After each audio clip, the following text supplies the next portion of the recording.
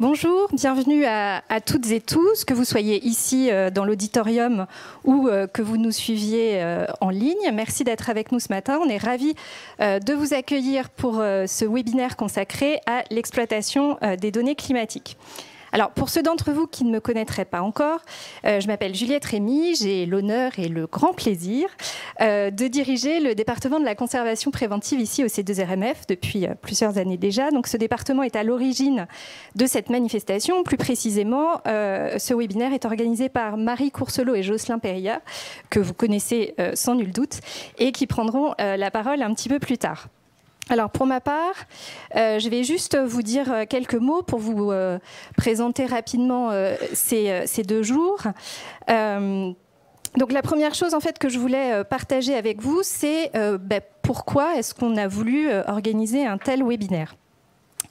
Alors, en fait, on s'est dit en fait que vu les demandes qu'on reçoit régulièrement par la plateforme Oscar, donc qui est la plateforme sur laquelle les musées font remonter les sollicitations au C2RMF, eh bien, au vu de ces demandes, on s'est dit que ça pouvait répondre à un besoin.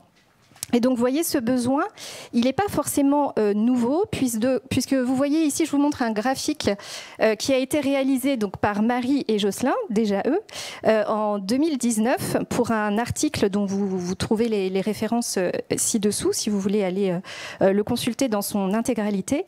Et donc, à l'époque, en 2019, ils avaient fait une étude statistique sur toutes les demandes exprimées par les musées entre 2011 et 2018. Et donc, vous voyez que eh bien, les demandes qui concernaient le climat arrivaient largement en tête pour cette période-là. Donc, si on prend des données un petit peu plus récentes, ici ce sont des données issues du rapport d'activité de l'année dernière.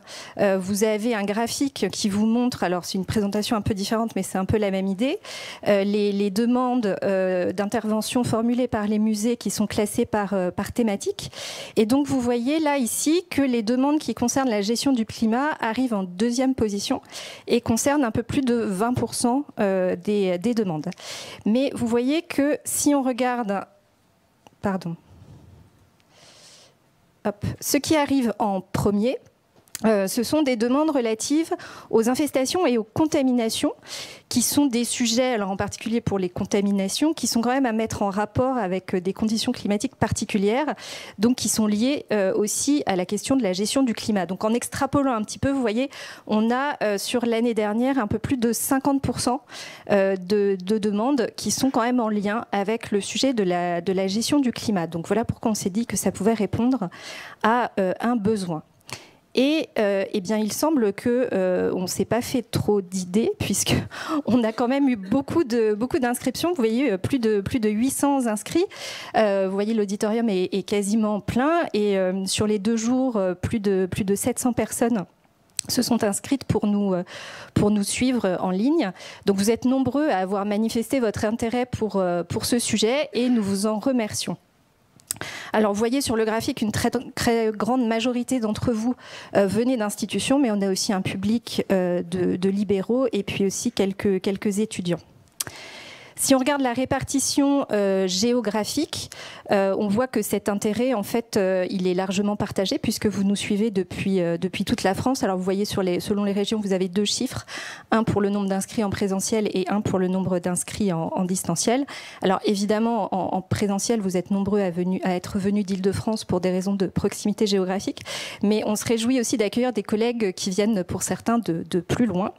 Et on se réjouit aussi d'avoir des collègues qui nous écoutent de beaucoup plus loin, pour certains avec un petit peu de décalage horaire, puisque vous voyez, on a une 50aine de collègues qui nous écoutent depuis l'outre-mer ou l'étranger. Un autre graphique plutôt intéressant, donc ce camembert vous montre les domaines patrimoniaux, la répartition en fait, des inscrits selon leur domaine patrimonial d'exercice. Et donc on voit que c'est assez partagé finalement. On a évidemment beaucoup de collègues de musées avec différents types de spécialités parmi les musées, mais on a aussi des inscrits qui relèvent des domaines de l'archéologie, des monuments historiques, des archives ou des bibliothèques.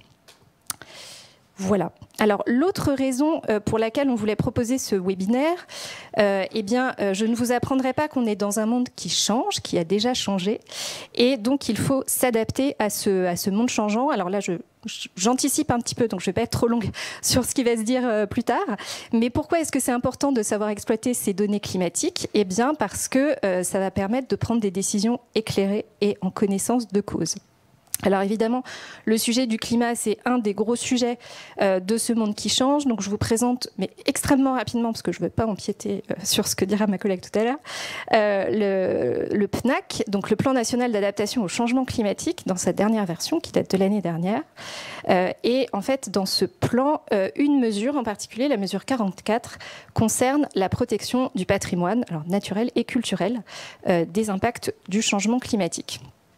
Et vous voyez parmi toutes les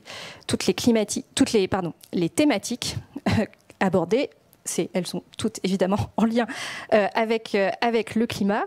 Et on a pas mal de choses qui concernent évidemment la conservation des collections et puis aussi la conservation des bâtiments, donc l'enveloppe dans laquelle sont conservées les collections. Et si on regarde là encore très rapidement, mais c'est des choses que vous pouvez trouver très facilement sur Internet, les actions nouvelles à engager ou déjà engagées pour certaines, eh bien, j'attire votre attention en particulier sur l'action 5, donc faire évoluer les plages climatiques de conservation et d'exposition. Et là, on est donc tout à fait dans le sujet. Alors, avant de passer la parole à mes collègues, une rapide présentation de ce programme, donc, qui se déroule sur 2 jours, sur 4 demi-journées. En fait, vous voyez qu'ils sont toutes construites selon la même structure. Donc, d'abord, une conférence un peu introductive à la session, 2 ou 3 interventions un peu théoriques qui vous seront dispensées par Marie et Jocelyn, et puis ensuite des retours d'expérience ou des études de cas, et puis un petit moment d'échange avec la salle en conclusion de chaque demi-journée.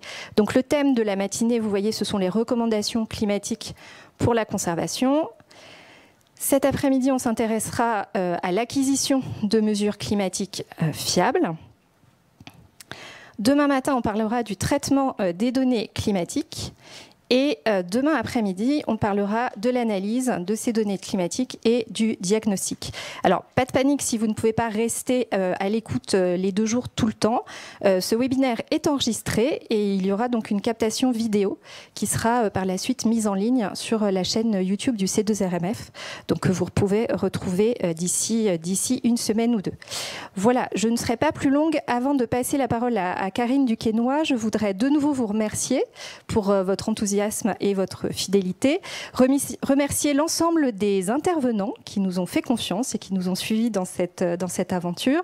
Je voulais remercier aussi évidemment la direction du C2RMF qui nous a soutenus dans cette initiative, et puis les équipes qui ont contribué à la bonne organisation de ces journées, notamment l'équipe de la communication et des services financiers, l'équipe de Simultane Plug TV qui réalise l'enregistrement et la diffusion de la captation. Et le meilleur pour la fin, je voudrais énormément remercier Marie et Jocelyn pour à la fois leurs bonnes idées, leur dynamisme, leur enthousiasme, leur bonne humeur, aussi leur ténacité et leur persévérance, il en faut. Sans eux, rien de ces 2 jours n'aurait été possible. Donc un très grand bravo et un non moins grand merci à tous les 2. Je vous remercie.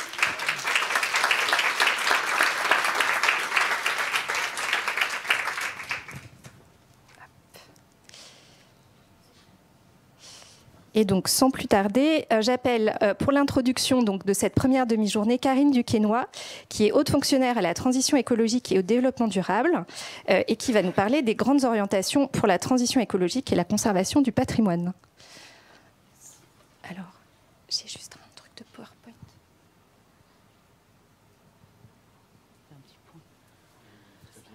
Non, je suis partie... Oui, bonjour à toutes et à tous et merci beaucoup au C2RMF pour son invitation. Alors oui, j'étais partie avec l'idée de faire une présentation et puis je me dis que c'était bien aussi de pouvoir avoir un temps, pourquoi pas, où il y a des sujets qui pourraient vous faire réagir, mais je vais rester toute la matinée, donc avoir également peut-être du temps pour échanger avec vous. Je voulais aborder avec vous 3 grands sujets sujets. Recontextualiser un peu toute la question relative à la question de la transition écologique dans le champ des musées en résonance avec l'action du ministère de la Culture que nous avons voulu vraiment très systémique et très organisée. Et vous verrez que cela fait écho à de nombreux points sur lesquels vous travaillez, sur lesquels les musées travaillent en général.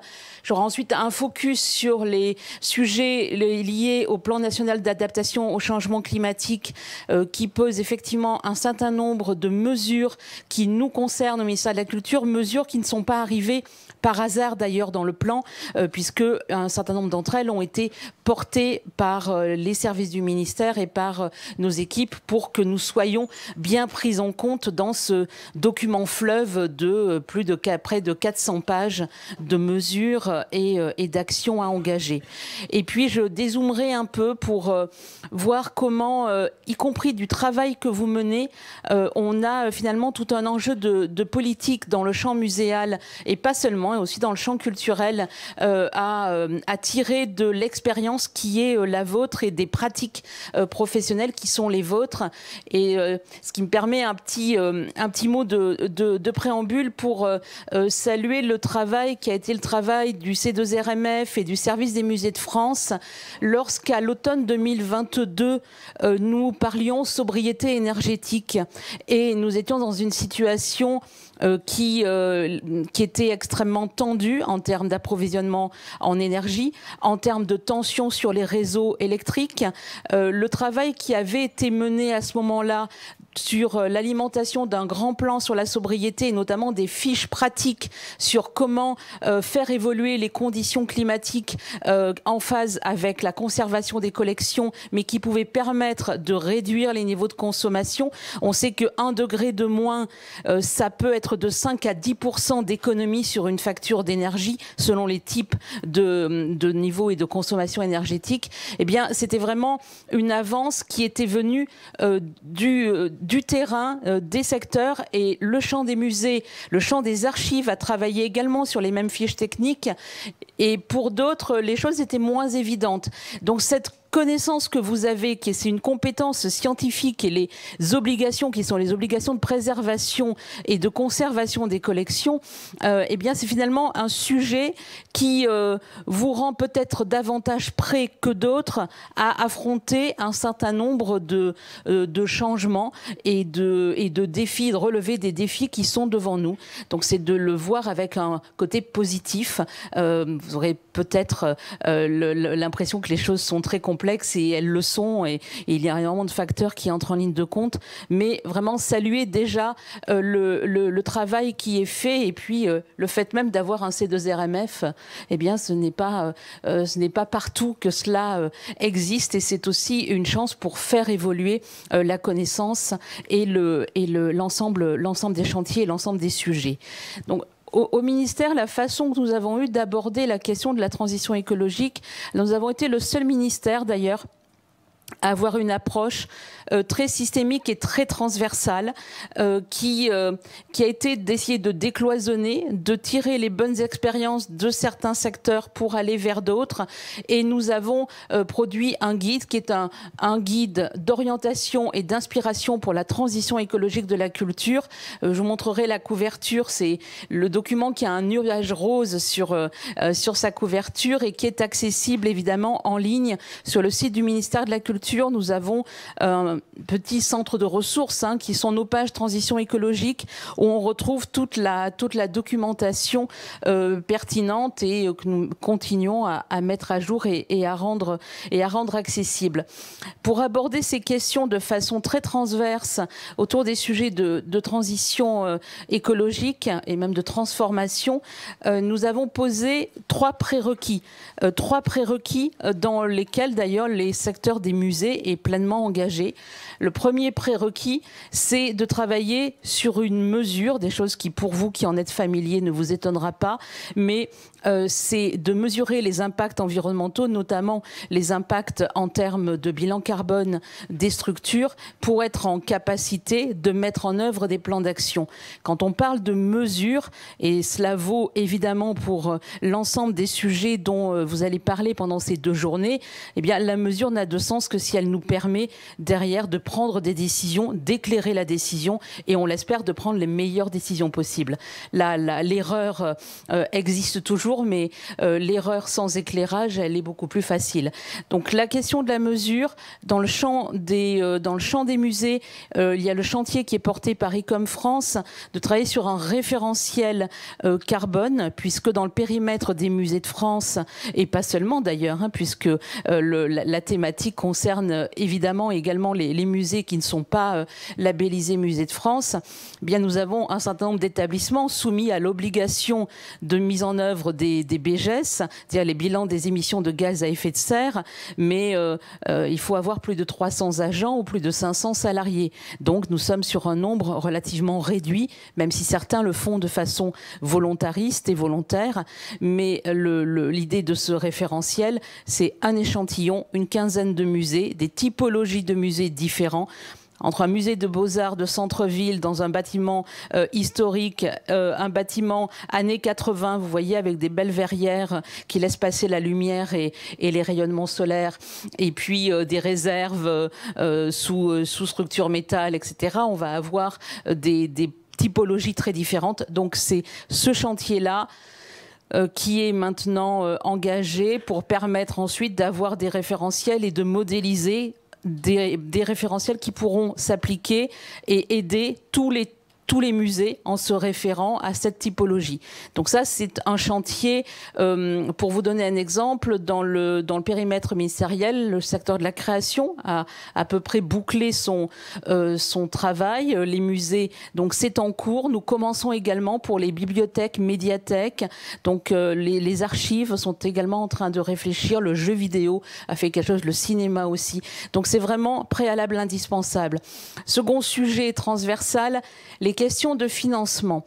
Alors nous avons eu des moments avec des fortunes plus ou moins diverses. Donc la chance d'avoir eu par exemple des soutiens dans le cadre du PIA 4 et de France 2030. Et je pense au programme qui était porté par ICOM, le programme Refresh, également sur ces questions de conditions climatiques dans la préservation des collections. Mais il y a également un projet piloté par Paris Musée en lien avec de nombreux musées qui abordent également cette question, qui a aussi reçu un financement France 2030. Donc ça, c'est une façon d'accompagner l'innovation dans le champ de la transition écologique. Il y a d'ailleurs même un projet de chenus sur des caisses, sur les transports d'œuvres avec des caisses réutilisables, biodégradables. Voilà, donc ça c'est de l'innovation sur des financements de façon plus engagée sur des sujets notamment en termes d'investissement. Les fonds verts, qui sont des fonds gérés par les préfets de département, sont des fonds qui ont été très réduits dans l'année 2025. On ne sait pas l'année prochaine ce qu'ils seront. On sait que les fonds verts État, en 2025, il n'y en a pas eu du tout. En 2024, nous avons pu accompagner certaines structures. Mais c'est un point important, je le dis pour les musées qui sont connectés à des collectivités territoriales, parce que ce sont des projets de collectivités territoriales qui peuvent recevoir des financements et rentrer dans des cofinancements. Donc lorsqu'il y a du travail à faire en termes de travaux de performance énergétique, d'isolation, eh bien, ce sont des fonds qui peuvent être sollicités. Donc, deuxième prérequis, les sujets de financement et qui sont vraiment transversaux. Et le troisième grand sujet, les questions de formation et d'enseignement. Donc, la formation, mais je pense que le webinaire de ces 2 jours est un exemple de temps d'échange et de prise de distance avec le quotidien.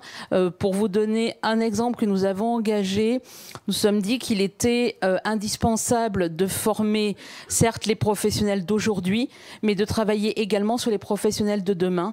Et nous avons lancé une grande enquête en cours sur tout l'enseignement supérieur culture pour savoir comment les sujets de transition écologique, mais c'est-à-dire très largement, aussi bien les questions de biodiversité que les questions liées au changement climatique, que les sujets sur l'énergie pouvaient être abordés dans les écoles qui sont sous tutelle du ministère de la Culture. Donc cette enquête, elle est en en cours. On est un peu plus de 60% de répondants, pardon. Et on voit que très majoritairement, les sujets font l'objet dans les écoles d'enseignements spécifiques, d'enseignements qui sont évalués, qui sont accompagnés. Et dans le champ des écoles patrimoniales, c'est notamment le cas. Et je pense notamment à la question tout particulièrement de la restauration où les sujets, les matériaux utilisés, la façon de travailler est en train d'évoluer de façon significative. Et une fois qu'on a ces 3 prérequis, on s'est dit qu'on travaillait sur 2 grands axes. Et là, je passe vraiment très vite pour laisser plus de temps pour vous parler du changement climatique. Les grands sujets, la question de l'éco-conception, c'est-à-dire produire de façon plus durable. Donc là, on est sur un sujet qui est complètement transverse, qu'on soit sur un tournage de cinéma, sur le montage d'une exposition ou sur une production de spectacle vivant, on va retrouver des thématiques qui seront proches. Il y a un chantier en cours avec le service des musées de France, avec un certain nombre d'établissements, avec également des prestataires techniques qui travaillent autour du monde de l'exposition sur une norme AFNOR, sur voilà, un peu le travail avec une logique d'économie circulaire. Et puis toujours la question d'ailleurs que l'on se pose sur tous les sujets. La meilleure dépense, c'est celle qu'on ne fait pas. Le meilleur déchet, c'est celui qu'on ne produit pas. La meilleure énergie, c'est celle qu'on ne dépense pas. C'est toujours partir de un peu cette logique circulaire, de se poser toujours des questions à chaque étape. Et puis dans le champ muséal, il y a énormément de choses sur les cimaises réutilisables, sur la sobriété des scénographies, sur les changements d'accrochage, sur la façon dont l'exposition désirable de demain n'est peut-être pas l'exposition qui fait circuler des œuvres dans le monde entier, dans tous les sens. Et d'ailleurs, ça fait complètement écho à vos travaux, c'est-à-dire si les États-Unis peuvent accepter que les conditions climatiques qui sont aujourd'hui portées par la France et les sujets sur lesquels vous travaillez, eh bien, je pense qu'on pourrait avoir un point relativement intéressant de progrès, mais ça, c'est un chantier à part entière. Seconde grande thématique, les questions autour du numérique et de la sobriété numérique. Là encore, c'est une logique de penser le numérique, non pas... alors, on a parfois des injonctions contradictoires. Hein. On veut faire du numérique et en même temps, aujourd'hui, le numérique, ça représente 4% des émissions de gaz à effet de serre et c'est en augmentation constante. L'arrivée de l'intelligence artificielle est évidemment un facteur accélérateur. Pour vous donner un exemple, le champ de la culture, globalement, hors mobilité des visiteurs, hein, qui est un sujet de travail à part entière, c'est environ 2%. Voilà, donc le numérique, c'est vraiment une part importante. Là encore, ça ne veut pas dire ne pas faire, mais ça veut dire se poser les bonnes questions. Je vous donne un exemple pour celles et ceux d'entre vous qui ont peut-être visité l'exposition immersive Un soir avec les impressionnistes 1874 au musée d'Orsay. Le musée d'Orsay a fait le bilan carbone de cette exposition immersive et travaillé sur des possibilités de réemploi, puisque le prestataire qui a conçu les éléments de décor, vous avez demain un projet similaire sur du Paris haussmannien, on peut tout à fait réutiliser des planches entières sans avoir à refaire toute une partie du chantier. Donc c'était voilà, un exemple parmi d'autres. Troisième grande thématique, l'architecture, les paysages. Donc là, le grand mot, c'est comment concilier les grands enjeux, notamment énergétiques, et les grands enjeux de performance énergétique, de réhabilitation thermique des bâtis, avec la préservation du patrimoine et avec la préservation de caractéristiques architecturales et de styles qui nous sont propres. Donc là, c'est vraiment un sujet de conciliation. Se dire qu'il n'y a pas une politique au-dessus de l'autre, mais de travailler en bonne intelligence, avec notamment des publications de guides réguliers. Et il y en a un qui sera publié en fin d'année, début d'année prochaine, sur les questions réhabilitation thermique dans le bâti ancien, donc avec des préconisations pour rendre possible certaines choses. Je sais que dans le champ des musées, c'est parfois extrêmement complexe. On pense aux verrières, on pense à des environnements compliqués à isoler. Donc il y aura ce guide, il y en a eu un déjà sur le photovoltaïque, comment intégrer le photovoltaïque dans des environnements là aussi patrimoniaux et préservés. Le quatrième grand pilier, c'est conserver autrement pour demain. Donc là, c'est complètement tout votre sujet des 2 jours, mais c'est travailler sur les questions de conservation verte, c'est travailler sur la sobriété en ressources et en énergie lorsque l'on conserve, et on va rentrer tout de suite d'ailleurs sur les sujets qui connectent au changement climatique, les PSBC, les plans de continuation d'activité, les plans de prévention. C'est vraiment un sujet dans lequel il y a énormément à faire, et en partant évidemment de ce que vous avez déjà pratiqué, d'ailleurs des PSBC, pour aller jusqu'à une démarche très globale dans la structure, mais je vais y revenir tout de suite. Et puis la cinquième grande thématique sur laquelle nous avons souhaité travailler, c'est le sujet de la mobilité des publics, parce qu'on sait que c'est un grand sujet pour de grands musées parisiens, mais sujet également pour des équipements qui sont en ruralité, et comment les publics se déplacent, est-ce que les publics se déplacent, et comment on s'inscrit dans des réseaux de transport urbain, dans des réseaux peut-être également d'incitation pour certains publics. On est un tout petit musée qui est loin de toute zone de transport. La gare la plus proche doit être à 20 km et qui a une billetterie incitative pour ceux qui viendraient en mobilité active, par exemple.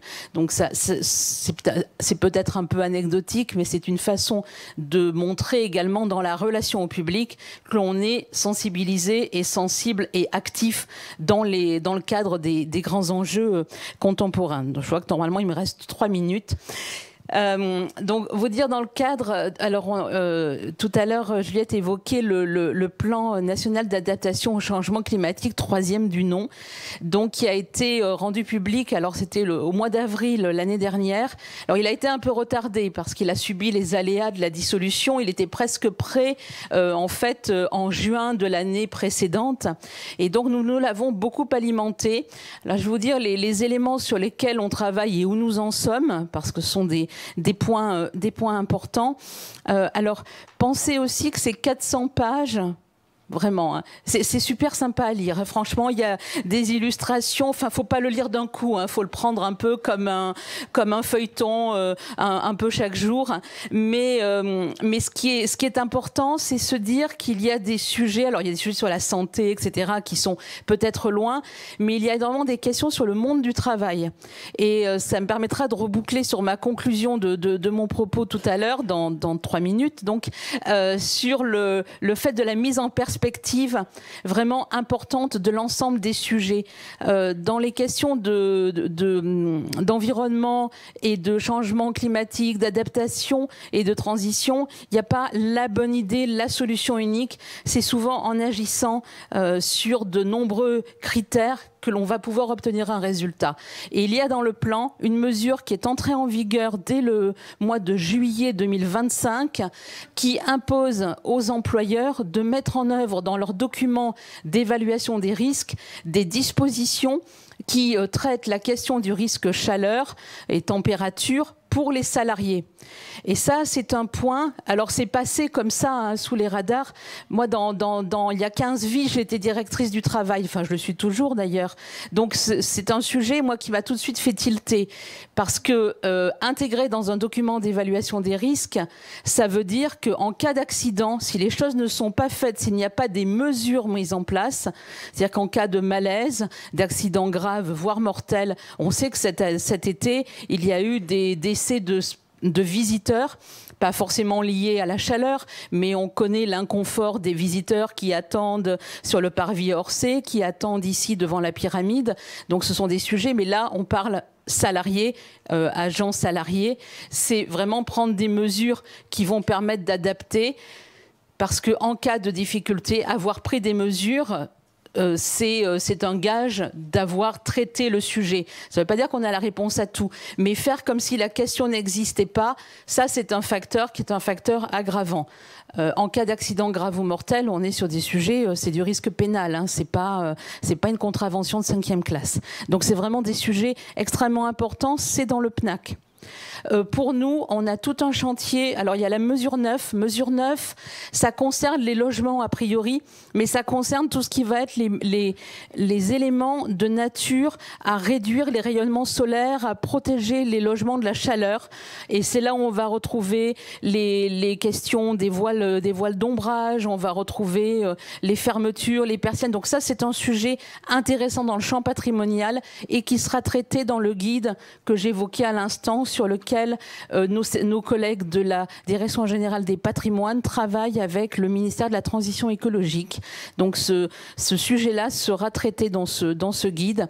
Et nous avons ensuite la mesure... Alors il y a la 33 et la 45, que je ne me trompe pas dans le 33 et 44. 35, attendez, je vais vous donner les bons numéros. Parce qu'en fait, ils ont changé selon les versions du plan. Et donc régulièrement... C'est 35 et 44, voilà. Donc on va retrouver, alors dans la 35, c'est une mesure autour des questions d'économie et notamment des sujets de tourisme culturel. Donc on l'a pointé pour nous avec une étude pour travailler en quoi les questions de changement climatique vont avoir un impact sur l'économie du tourisme culturel, la fréquentation, mais aussi des lieux culturels, qu'ils soient fermés ou qu'ils soient ouverts. On pense au festival, mais on pense aux capacités à accéder à un lieu culturel pendant une période estivale. Donc il y aura une étude qui est aujourd'hui au programme de l'Inspection générale des affaires culturelles, donc l'IGAC, pour l'année 2025. Et ce sera une étude conjointe IGAC avec l'IGEDD, c'est-à-dire l'Inspection générale développement durable, environnement, donc du ministère de la Transition écologique. Ça, c'est dans la mesure 35. Et dans la 44, tous les éléments que vous avez vus tout à l'heure. Alors dans la 44, parmi les sujets qui sont vraiment là en cours. Donc, question sur la question de la cartographie. Donc, c'est une thématique qui... ben voilà, comme ça, on a le... Voilà, les questions de cartographie, il y a plusieurs chantiers en cours. Un outil très utile pour toute structure, c'est le portail Géorisque, qui est en train de travailler pour être de plus en plus performant, pour nous permettre d'identifier à une adresse donnée et avec le plus de précision possible les risques auxquels ce lieu va être confronté. Il y a également des cartes qui ont pu être établies par le ministère de la Transition écologique et dont nous travaillons aujourd'hui à avoir une déclinaison dans le champ culturel, en adaptant avec les DRAC, notamment les Directions régionales des affaires culturelles, selon les typologies de risques. Par exemple, la Normandie vient de mener tout un travail sur les questions recul du trait de côte, donc érosion, chute des falaises, et les questions de submersion marine, qui est également un sujet extrêmement important. Tout un chantier sur la conservation, ce que moi j'appelle la conservation préventive, les questions maintenance préventive et l'entretien régulier. C'est un point sur lequel habituellement on devrait toujours le faire, et puis on sait que parfois ce sont des dépenses qui sont un peu rabotées. Donc ça, c'est vraiment réaffirmer cette importance de prendre des mesures en anticipation.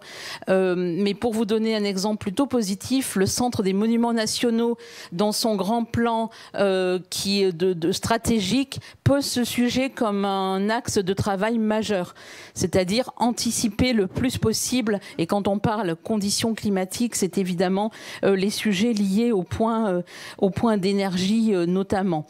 Les parcours, je l'ai évoqué, les sujets de formation sont déjà traités, et l'accompagnement des sites patrimoniaux, là également une seconde étude, à nouveau par l'IGAC et l'IGEDD, prévue pour le début de l'année prochaine.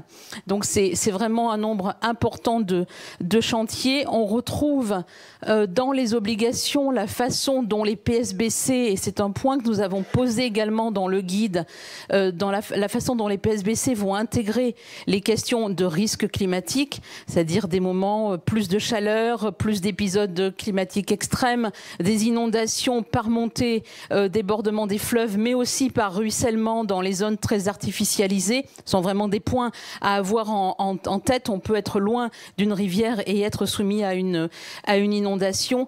Le PNAC positionne les choses pour un plus 4 degrés à la fin du siècle, plus 4 degrés à la fin du siècle par rapport à l'ère pré-industrielle.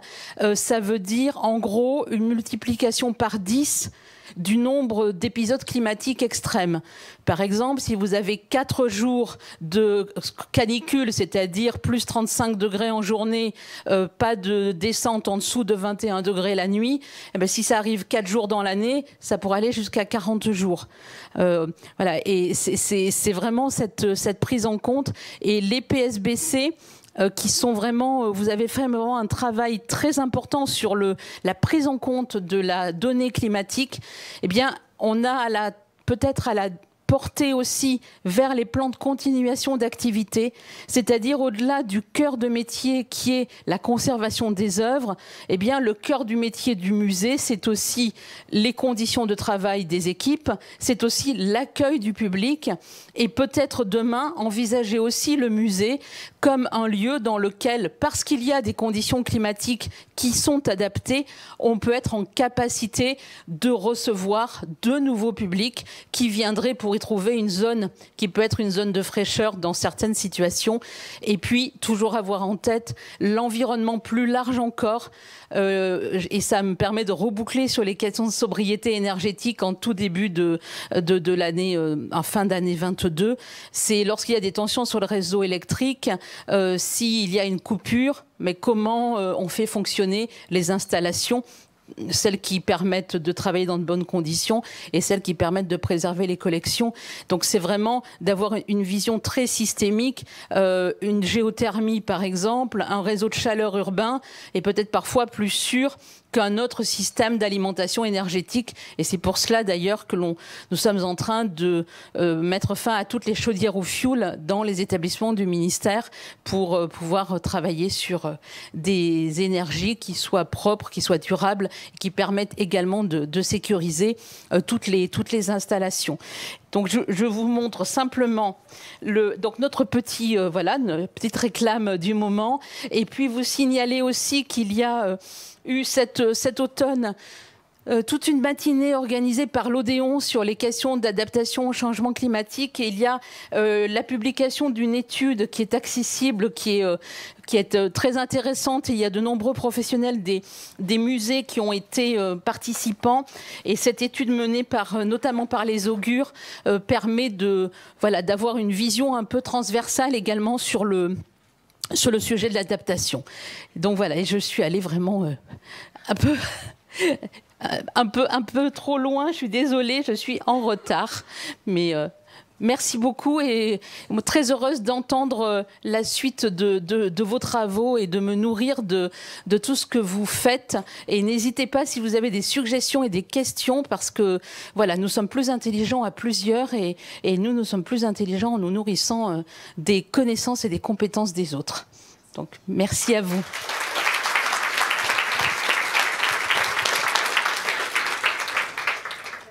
Merci beaucoup Karine pour cette introduction. Je passe donc maintenant la parole à Jocelyn et à Marie d'abord et à Jocelyn après sur donc un petit peu de théorie concernant les notions relatives au climat tout d'abord, et ensuite les critères pour définir les plages climatiques. Et après tout ça, je pense que nous aurons mérité une petite pause.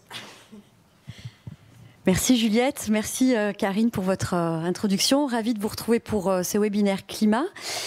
Alors en cette période hivernale, moi je vais être chargée de vous faire la piqûre de rappel, peut-être pas les plus agréables, mais je vous rassure, ça ne va pas faire trop mal a priori, hein, sur les notions de base concernant le climat. Et donc, on va avoir des données, des notions que vous connaissez a priori tous, mais qui vont être reprises dans nombreuses études de cas. Donc, l'idée qu'on avait avec Jocelyn, c'était aussi qu'on repose les bases, et puis après que vous soyez pleinement investis pour pouvoir poursuivre avec les interventions de nos collègues. Alors, première petite question un peu bateau, pourquoi la gestion du climat intérieur va représenter un enjeu central en conservation préventive? Eh bien, d'une part, parce que le climat intérieur, qui est la température, l'humidité relative, la qualité de l'air, va influencer la stabilité physique et chimique des matériaux constitutifs des biens culturels. Alors, contrairement aux altérations qui peuvent être parfois brutales, qu'on pense à l'incendie, aux inondations, au vol, les dégradations liées au climat vont être des dégradations lentes et cumulatives. Et peut-être vous vous rappelez du schéma de Gaël de Guichin sur sa fameuse Gorgone qui répertorie l'ensemble des risques, avec du coup des risques lents et cumulatifs dans lesquels se situent les altérations liées au climat. Ce climat et ces conditions inadaptées pourront provoquer pour les collections des dégradations mécaniques, chimiques, des développements biologiques. Et enfin, il est donc crucial, et c'est tout l'intérêt pour nous d'assurer une surveillance du climat et une bonne gestion de ce climat, de le contrôler et de stabiliser les conditions climatiques. Alors, quelques définitions, avec des définitions vraiment basiques, et puis après un peu plus de détails. Alors, l'air ambiant est composé de différents éléments gazeux et de particules en suspension. Donc là, vous avez le schéma de l'air sec, composé en grande partie et aux 3/4 d'azote, à 78%, d'oxygène et enfin de gaz rares. Donc là, on a notre première couche d'air sec, à laquelle on va rajouter la vapeur d'eau, qu'on peut retrouver en quantité variable et qui va constituer l'air humide. À cela, on rajoute encore une strate avec les particules, qui vont être des spores, des pollens, de la poussière, et puis des particules encore plus petites, qui sont les polluants. Et cet ensemble va constituer l'air ambiant dans son ensemble. On va donc se concentrer aujourd'hui uniquement sur cette partie-là de l'air humide constitué de l'air sec et de la vapeur d'eau. Donc dans le climat intérieur, maintenant on rassemble encore un peu plus l'entonnoir. Maintenant, on est à l'intérieur de nos espaces. Et donc, ce qui va nous intéresser, c'est ce fameux air humide que je viens vous présenter, associé à la température. Alors, pour essayer aussi parce que parfois on peut avoir cette tendance à anthropomorphiser les réactions des collections par rapport à nos propres réactions, simplement un petit élément aussi de base, c'est de se dire que nous, êtres humains, nous sommes sensibles à la température et les collections, elles, vont être sensibles à l'humidité et évidemment les réactions ne sont pas réciproques, on ne va pas gonfler nous sous la pluie et donc évidemment les œuvres elles vont être beaucoup plus sensibles à cette question de l'humidité et beaucoup moins de la température. Donc ça c'est un élément aussi à avoir en tête. Alors la définition de la température, c'est un degré de chaleur ou de froid qui est lié à son origine aux sensations qu'on peut éprouver de chaud ou de froid lorsqu'on est en contact avec un objet ou lorsque cet objet, comme l'air, va nous envelopper, nous environne. Alors là, sans surprise, l'unité de mesure, c'est la température s'exprime en degrés et en Fahrenheit ou en Fahrenheit.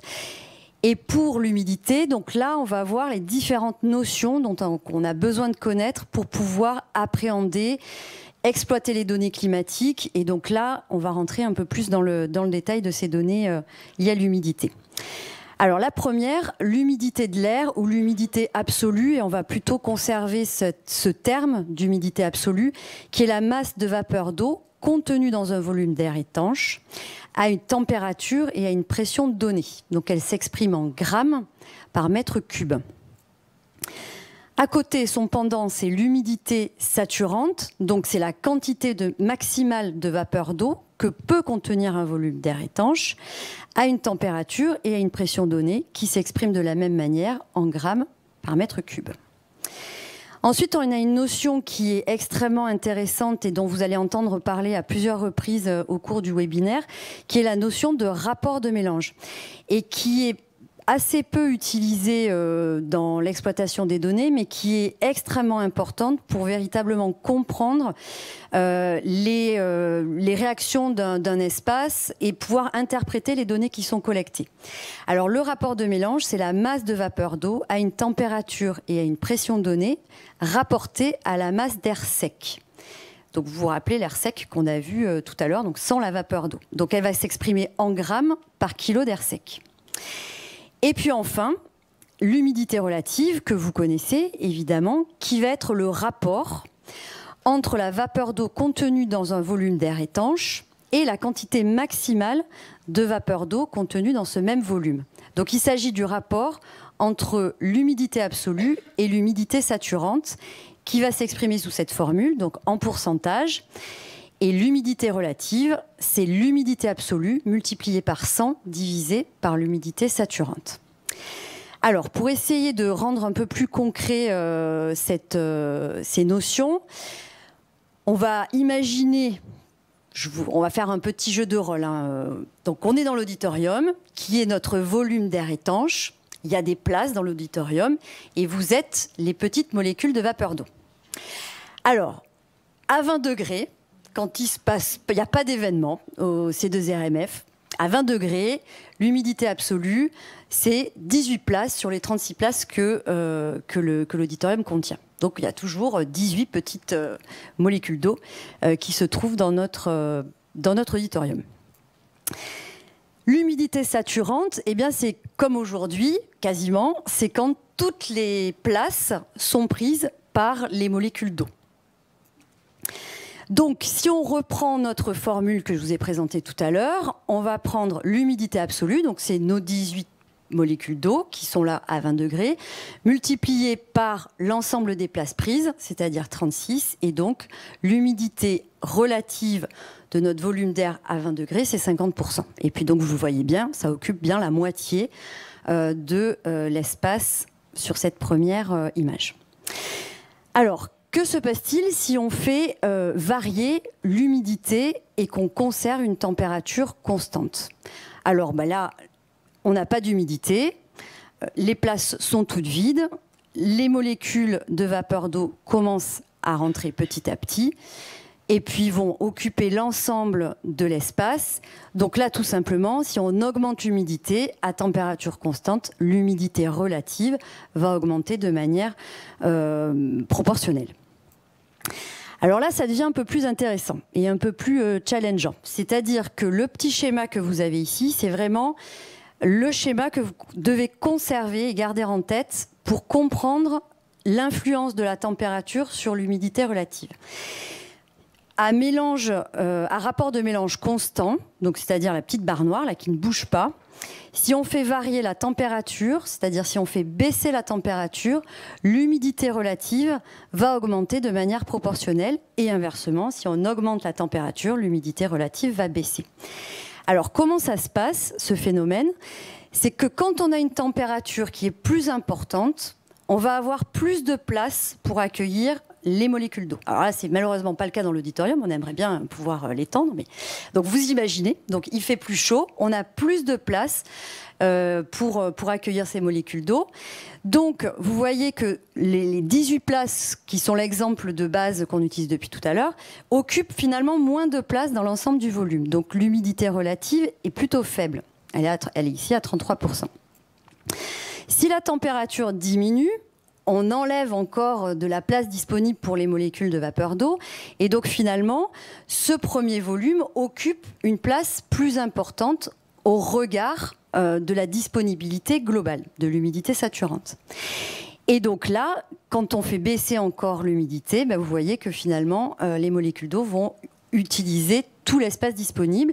Et donc vous voyez bien en haut, 25 degrés, 20 degrés, 15 degrés, et en miroir, cette humidité relative qui augmente. Donc, température qui baisse, rapport de mélange constant, humidité relative qui augmente. Et évidemment, c'est la même chose dans l'autre sens. Donc, on part avec un petit volume, une capacité plutôt faible à une température froide. Et puis, plus ça va aller, plus il y aura de place, et donc plus l'humidité relative va baisser vis-à-vis de ce rapport entre les capacités du volume d'air et ce qu'elle occupe réellement. Voilà, donc quand la température augmente, on retient que l'humidité relative va baisser. Alors après, il y a un diagramme absolument formidable que nous aimons beaucoup avec Jocelyn, qui est le diagramme de l'air humide, alors qu'on appelle diagramme psychrométrique, diagramme de l'air humide ou diagramme de Mollier, qui est un peu différent parce qu'il va rajouter d'autres informations comme les enthalpies, etc. Mais qui permet de comprendre d'une manière tout à fait visuelle ce qui se passe et ce que je vous ai montré en essayant de schématiser les effets. Alors, je vais essayer de... Donc vous n'avez pas la... Alors, on va regarder comment ça s'utilise. C'est très simple et vraiment, vous pouvez l'utiliser au quotidien pour tout ce qui concerne le climat. Donc en abscisse, vous avez la température et ici, vous avez le rapport de mélange. Les courbes bleues sont l'humidité relative. On va regarder un point qui est assez simple à suivre. Donc on est à 20 degrés, à 10 grammes par kilo d'air sec. Et donc, on va faire augmenter la température en gardant notre rapport de mélange constant.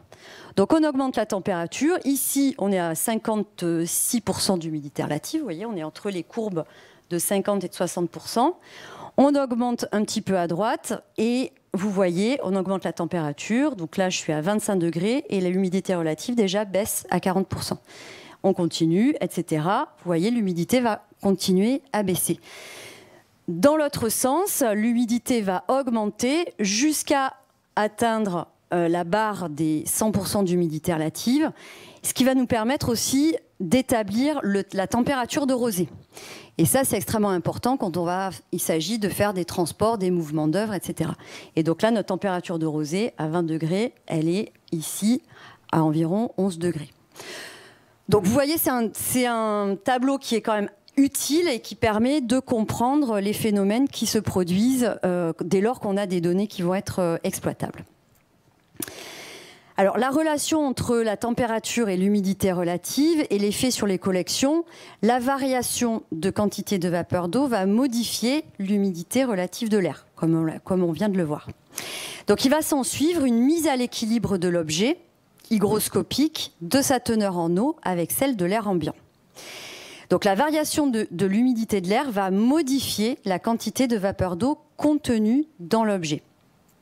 Pour la température, c'est sensiblement la même chose, étant donné que la température va jouer un rôle et va influencer l'humidité relative, elle aura aussi finalement un rôle dans la modification du contenu en eau de l'objet. Alors c'est ce qui est schématisé ici. Vous avez donc un volume fermé, étanche, en bleu des petites molécules de vapeur d'eau.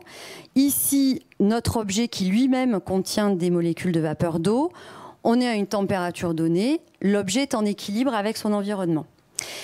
La température augmente. Du fait que la température augmente, je vous le rappelle, l'humidité relative va baisser.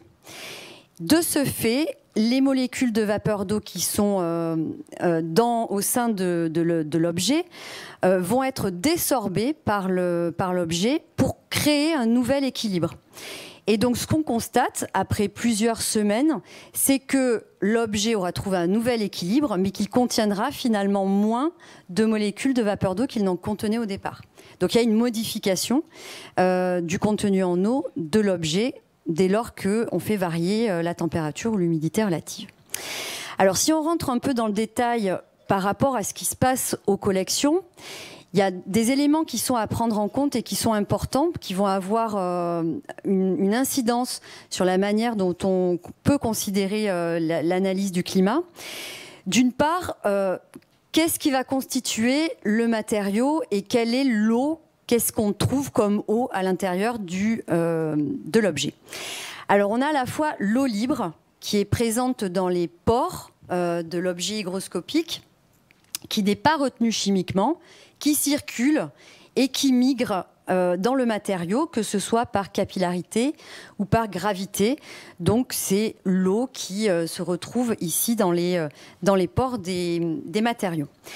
Si l'on augmente l'humidité, évidemment, on va avoir une augmentation aussi de ce volume en eau et de manière réciproque, si on diminue, on va diminuer ce contenu en eau aussi à l'intérieur de l'objet. Donc ça va entraîner des tensions mécaniques, ça va aussi favoriser les remontées de sel. Et vous avez probablement déjà vu des objets avec des efflorescences de sel en surface. C'est lié au fait que l'objet cherche à se mettre en équilibre, il désorbe une partie de son eau et en désorbant, il entraîne avec lui les sels minéraux qui du coup affleurent en surface de l'objet. Et c'est aussi propice au développement des moisissures parce que si on alimente l'objet en eau d'une certaine manière, mais on va donner les conditions favorables au développement des moisissures. Alors ensuite, il y a l'eau liée, c'est celle qui est liée chimiquement au matériau et qu'on ne peut pas retirer. On ne peut pas la retirer, que ce soit par ventilation, par assèchement. Il faudrait des conditions extrêmes pour pouvoir l'éliminer ou en tout cas les séparer, que ce soit par une chaleur élevée ou par le vide. Et donc toute perte de cet eau liée entraînera des dégâts irrémédiables. Donc, qui accompagne ce sujet de l'eau et du contenu en eau dans les objets, il y a évidemment la question de l'hygroscopicité et du taux d'humidité interne de ces objets. Ce taux, comme je vous le disais, l'objet hygroscopique va chercher à se mettre en équilibre avec son environnement.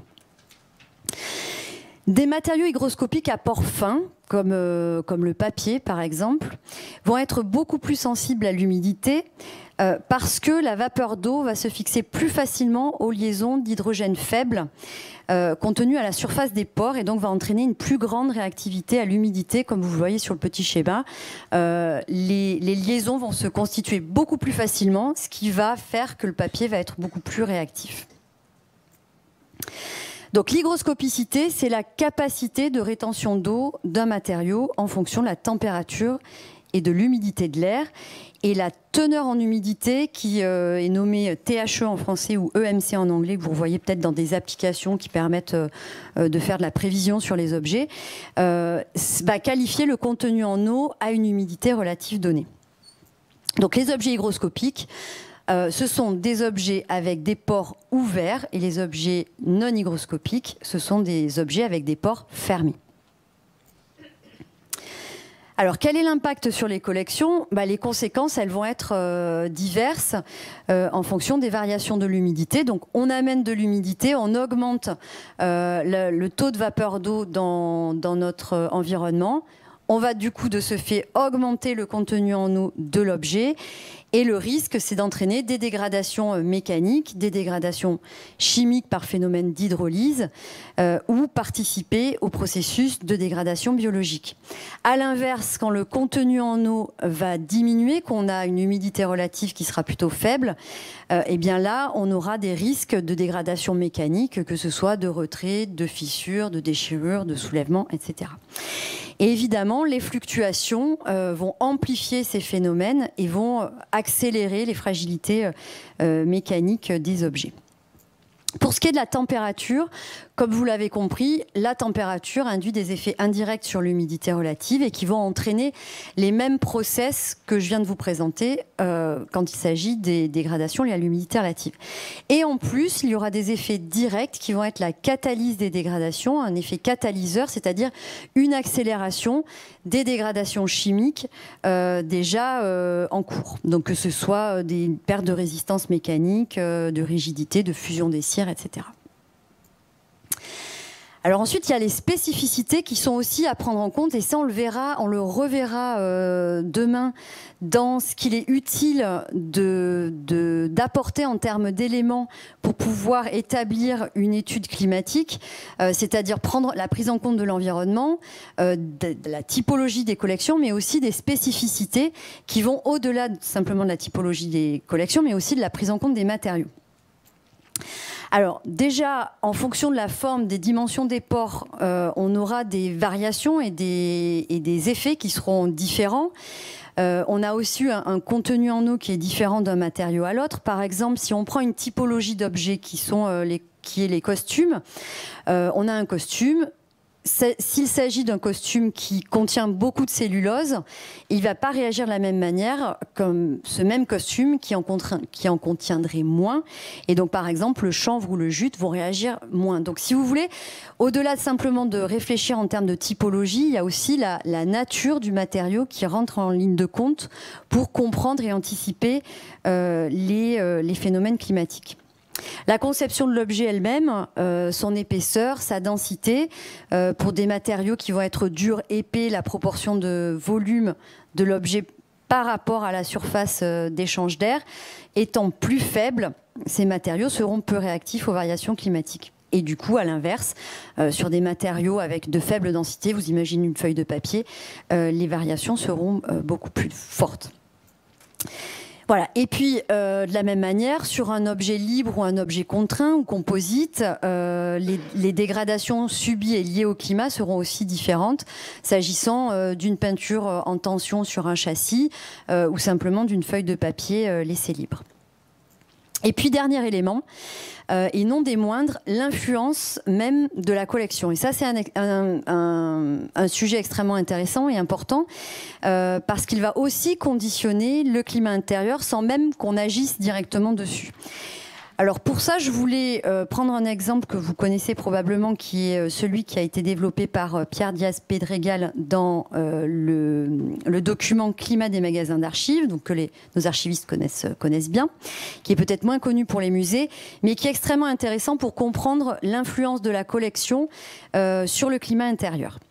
Donc l'exemple qu'il donne, c'est un magasin type. Donc on prend un magasin vide de 500 mètres cubes. Ce magasin, on va l'équiper avec un rayonnage classique. Alors, si c'est un rayonnage classique, on aura 65 tonnes d'archives. Et si on est sur du compactus, là, on sera à 100 tonnes d'archives dans ce même espace. Et du coup, on réduit, avec la présence des archives, le volume d'air. Et là, on a 450 mètres cubes d'air. Alors maintenant, on va regarder ce qui se passe au niveau du climat. Donc, vous vous rappelez le diagramme psychrométrique.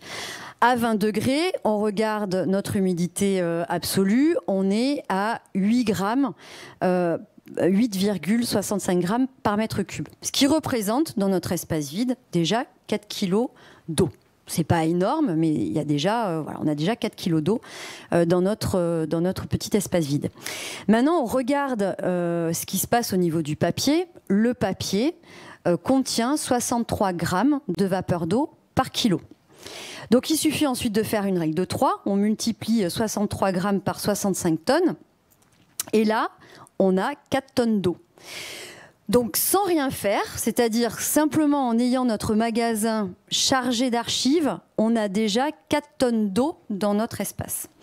Donc ça veut dire que les collections vont déjà avoir cette capacité de réagir presque seules et en autonomie à leur environnement. Et donc cette capacité qu'ont les collections hygroscopiques à apporter de l'humidité est extrêmement importante à prendre en compte dès lors qu'on va vouloir installer une CTA, déshumidifier ou humidifier. Et donc cette prise en compte de la collection est aussi extrêmement importante. Donc toute initiative qui va viser à modifier ou à contrôler l'évolution du climat intérieur devra impérativement tenir compte de cette réalité physique. Alors, que faut-il retenir de tout ça ? Que les paramètres climatiques de température et d'humidité ont un effet direct ou cumulatif sur les biens culturels, selon la nature des matériaux qui les constituent. Que chaque typologie de matériaux va répondre différemment à ces facteurs, que l'humidité est le facteur le plus important et pourtant c'est le plus difficile à réguler d'un point de vue de la gestion du climat, mais c'est le plus important pour les collections. Et il est donc primordial de pouvoir disposer de données climatiques fiables et de connaître les caractéristiques de sensibilité des collections pour modifier positivement le climat intérieur. Alors si vous voulez à nouveau vous rafraîchir la mémoire sur les notions de climat, on a réalisé 3 films avec le service interministériel des Archives de France et notamment Typhon Nguyen. Donc 3 films sur les notions de base de climat comme je viens de vous les expliquer, qui sont là condensés en 2 minutes, donc vous pouvez vous faire juste une petite piqûre flash. Et ensuite, comment le climat est géré à la fois dans les bâtiments anciens et dans les bâtiments neufs.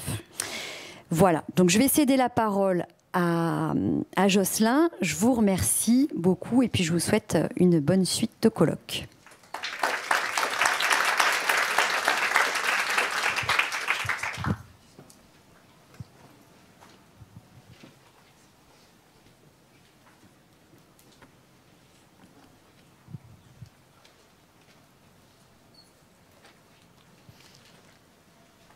Pour cette présentation, bonjour à toutes et à tous.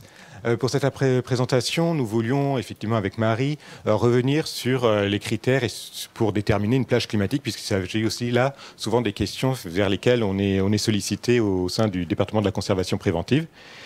Et dans le cadre de cette intervention, l'idée était de l'évoquer sous 3 axes. Le premier axe qui était toutes les pistes qu'on a en tête pour essayer de déterminer une plage climatique, donc tous les éléments à avoir à l'esprit. Un deuxième axe qui sera les consignes climatiques qui apparaissent souvent et surtout leur impact sur le comportement des collections, un peu dans la suite des propos qu'a eu Marie. Et enfin, en troisième partie, l'évolution et les consignes climatiques. Pourquoi aujourd'hui on a pris telle et telle consigne climatique au regard des évolutions et des connaissances expérimentales comme empiriques sur ce sujet. Donc pour le premier propos sur les pistes et les réflexions pour avoir une méthodologie pour envisager des plages climatiques, l'idée était déjà de revenir avec vous sur le terme de normes qu'on voit régulièrement. On parle souvent de normes climatiques. Or, c'est un terme qui, effectivement, peut aussi être à réinterroger. Puisque qu'est-ce qu'une norme ? Une norme, selon la définition, il s'agit là avant tout d'une règle auquel on est amené à se référer. Et du coup, il y a un caractère assez prescriptif, quasi obligatoire, qu'on doit absolument respecter et qu'on doit être amené à totalement suivre. Or, 55% d'humidité relative, 60%, quel que soit le chiffre, eh bien, en fait, chaque chiffre n'est pas forcément adapté à une situation. Or, justement, c'est les experts en conservation, lorsqu'ils se réunissent pour faire une norme, ou pour publier une norme, eh bien, il est difficile qu'ils s'accordent sur une consigne. Certains vont proposer plutôt 50%, d'autres 55%, d'autres peu importe, 30%.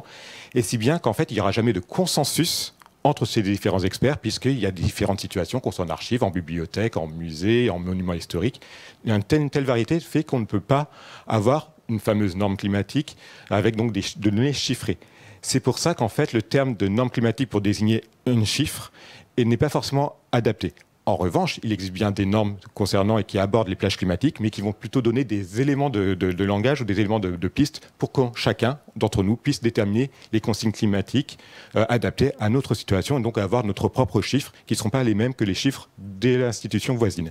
Parmi cette norme, et la norme la plus répandue est la norme NF 15757 qui va énoncer justement les principes théoriques pour nous aider à déterminer en soi nos propres recommandations chiffrées. Donc cette norme va donner des pistes, des réflexions pour que chacun fasse au mieux en fonction de sa situation. Par exemple, effectivement, un petit extrait de cette norme, donc cette norme 15757, qui aborde les dommages mécaniques pour les objets hygroscopiques, elle nous dit qu'effectivement, il va falloir déterminer de manière individuelle ces fameuses consignes climatiques ou cette fameuse plage climatique de façon individuelle, au cas par cas, et de toute façon en fonction de ce qu'a pu supporter les collections par rapport à leur environnement d'acclimatation, au moins un an on va dire, mais en tout cas sur un an, une décennie, un siècle. En tout cas ça va être cette idée-là de période qui va permettre justement d'orienter les consignes chiffrées. Ainsi aussi, c'est par rapport à cette idée-là temporelle, il va y avoir aussi une réflexion sur les cycles saisonniers et les fluctuations dans le temps. Cela, effectivement, donc on a cette norme 15757, mais également il existe d'autres normes qui vont suppléer ou du moins qui vont répondre techniquement à la plage climatique qu'on aura pu évoquer avec la norme 15757. Donc des réponses techniques, on peut les retrouver dans la norme 15759 qui va aborder les chauffages dans les édifices cultuels, qu'ils soient églises ou chapelles. On a la 15759.2 qui va aborder la ventilation, ou encore la 16883 pour les améliorations de performance énergétique, en sachant que plus récemment, en février 2024, des organismes de normalisation ont établi une déclaration qui vise à réfléchir, à réinterroger les normes sur le système de gestion du climat de façon à avoir ou à envisager une transition écologique plus vertueuse. Si on n'est pas amené justement à utiliser le terme de normes climatiques dès qu'on parle de données chiffrées, donc 55-60%, on va plutôt aborder le terme de consignes ou de recommandations climatiques, puisque là, cette fois, on peut à ce moment-là évoquer des données chiffrées. Donc la norme, elle, va nous donner des lignes directrices. Ces lignes directrices vont nous permettre de réfléchir à nos propres plages climatiques en fonction de notre situation, de nos contraintes et de nos besoins. Et ainsi, une fois qu'on va attribuer des chiffres, on va pouvoir envisager le terme de consigne ou de recommandation climatique, puisque là, ça va être adapté à notre situation, puisqu'il n'est pas possible d'avoir, et d'ailleurs ce n'est pas souhaitable, d'avoir des valeurs universellement admises, puisque d'une institution à l'autre, forcément, on n'aura pas les mêmes exigences et les mêmes besoins.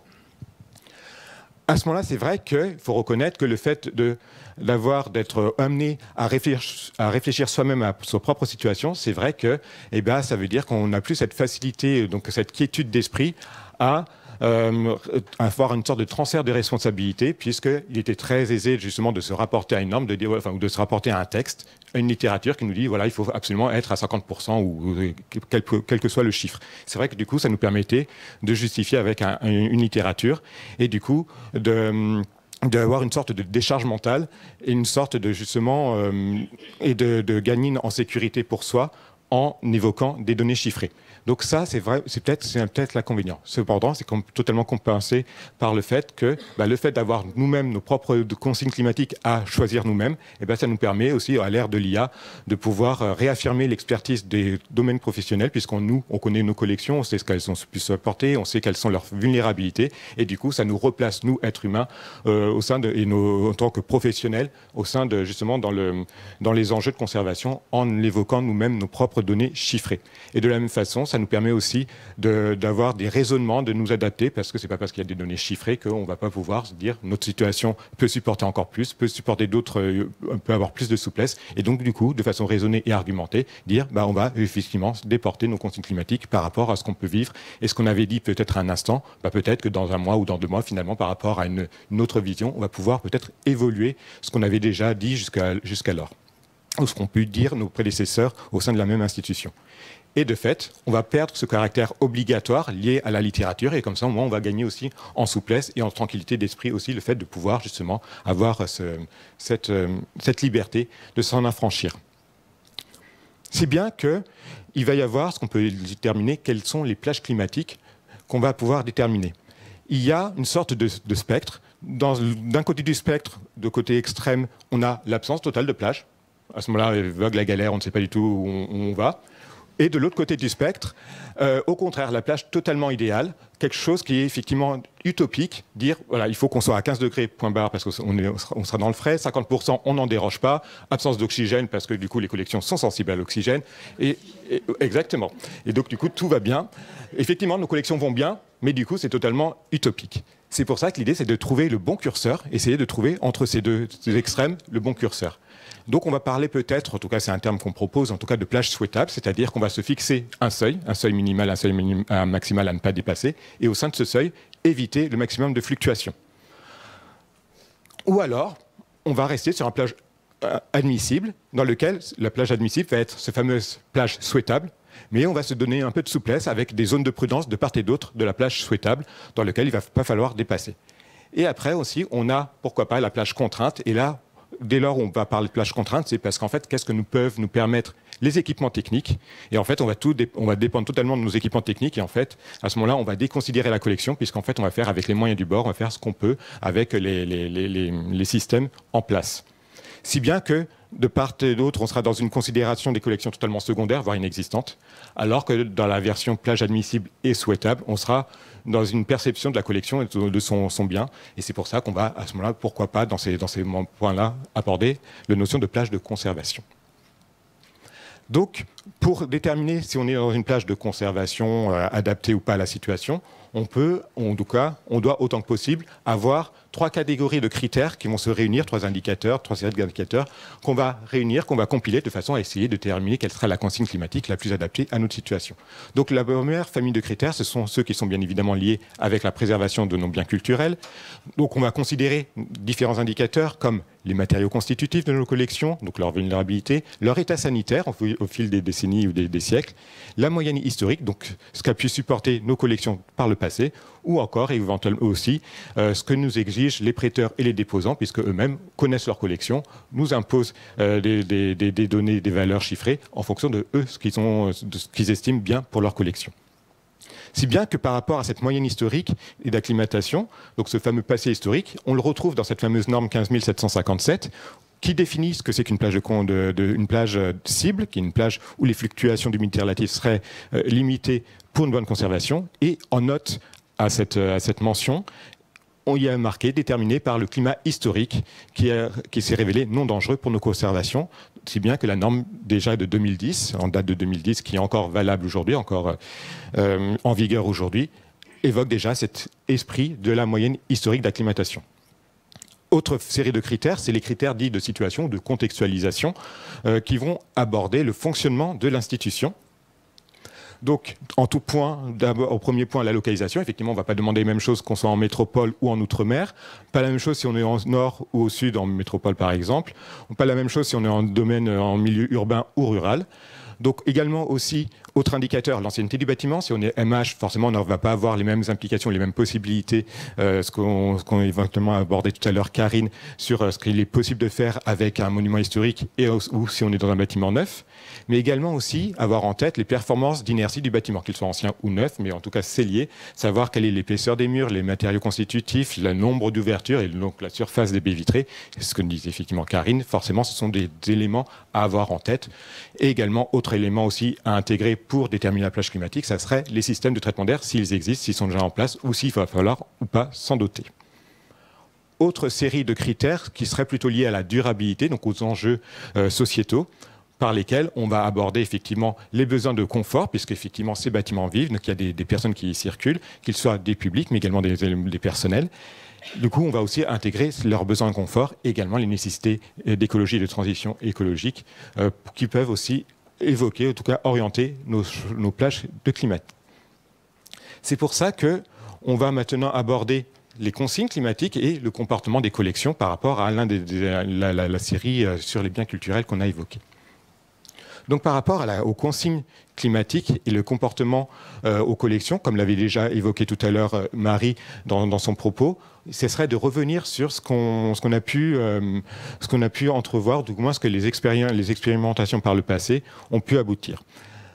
En termes de conseils de seuil thermique, on sait, en tout cas les expérimentations qui ont été faites dans les années 90, ont montré que dans des températures négatives, en dessous de moins 5 degrés, les couches picturales, notamment les peintures à l'huile, vont se craqueler.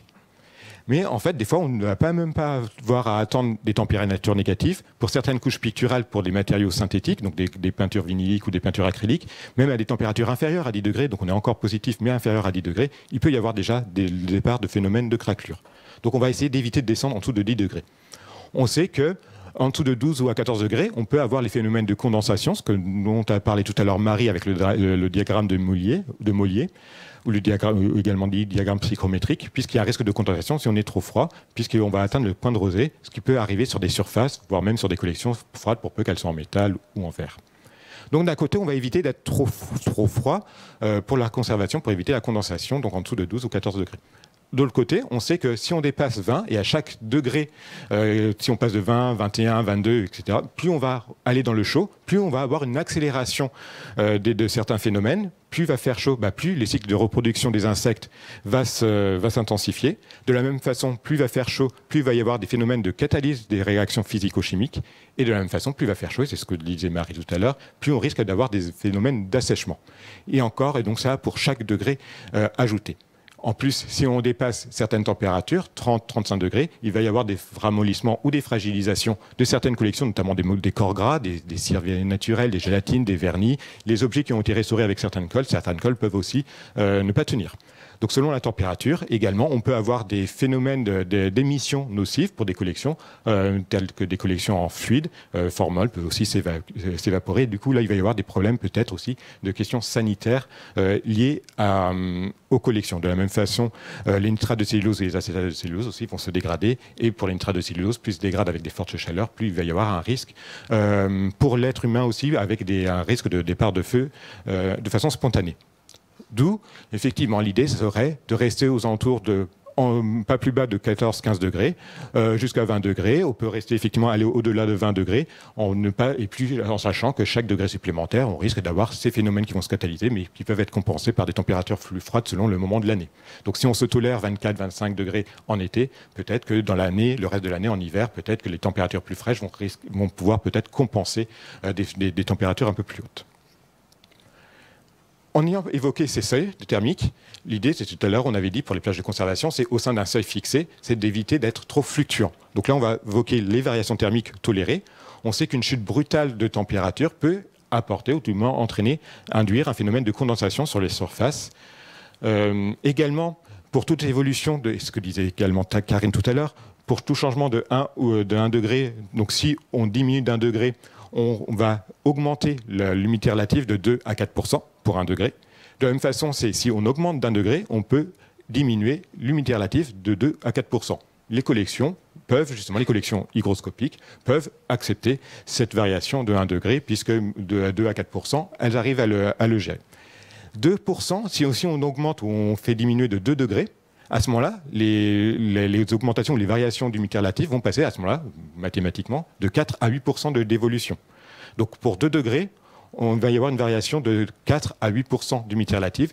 Là, les collections peuvent, pourquoi pas, selon leur passé, commencer à peiner ou voir un peu avoir des dégradations mécaniques. C'est possible, c'est pas systématique, c'est possible. Par contre, toute augmentation de 3 degrés, là par contre, on va dépasser les 8% de variation d'humidité relative, et là il peut y avoir un risque de déformation, de dégradation mécanique de nos collections hygroscopiques. Et par ailleurs, les équipements techniques que vous auriez, au-delà de 3 degrés de variation, vont être aussi eux-mêmes plus en peine pour gérer. Ils vont réussir à compenser, mais ils vont être à ce moment-là très sollicités. Et plus on va augmenter et plus on va varier la température, plus les équipements vont avoir du mal à compenser l'humidité relative. Par ailleurs, on sait qu'une augmentation de 5 degrés, les vitesses de dégradation chimique vont quasiment doubler.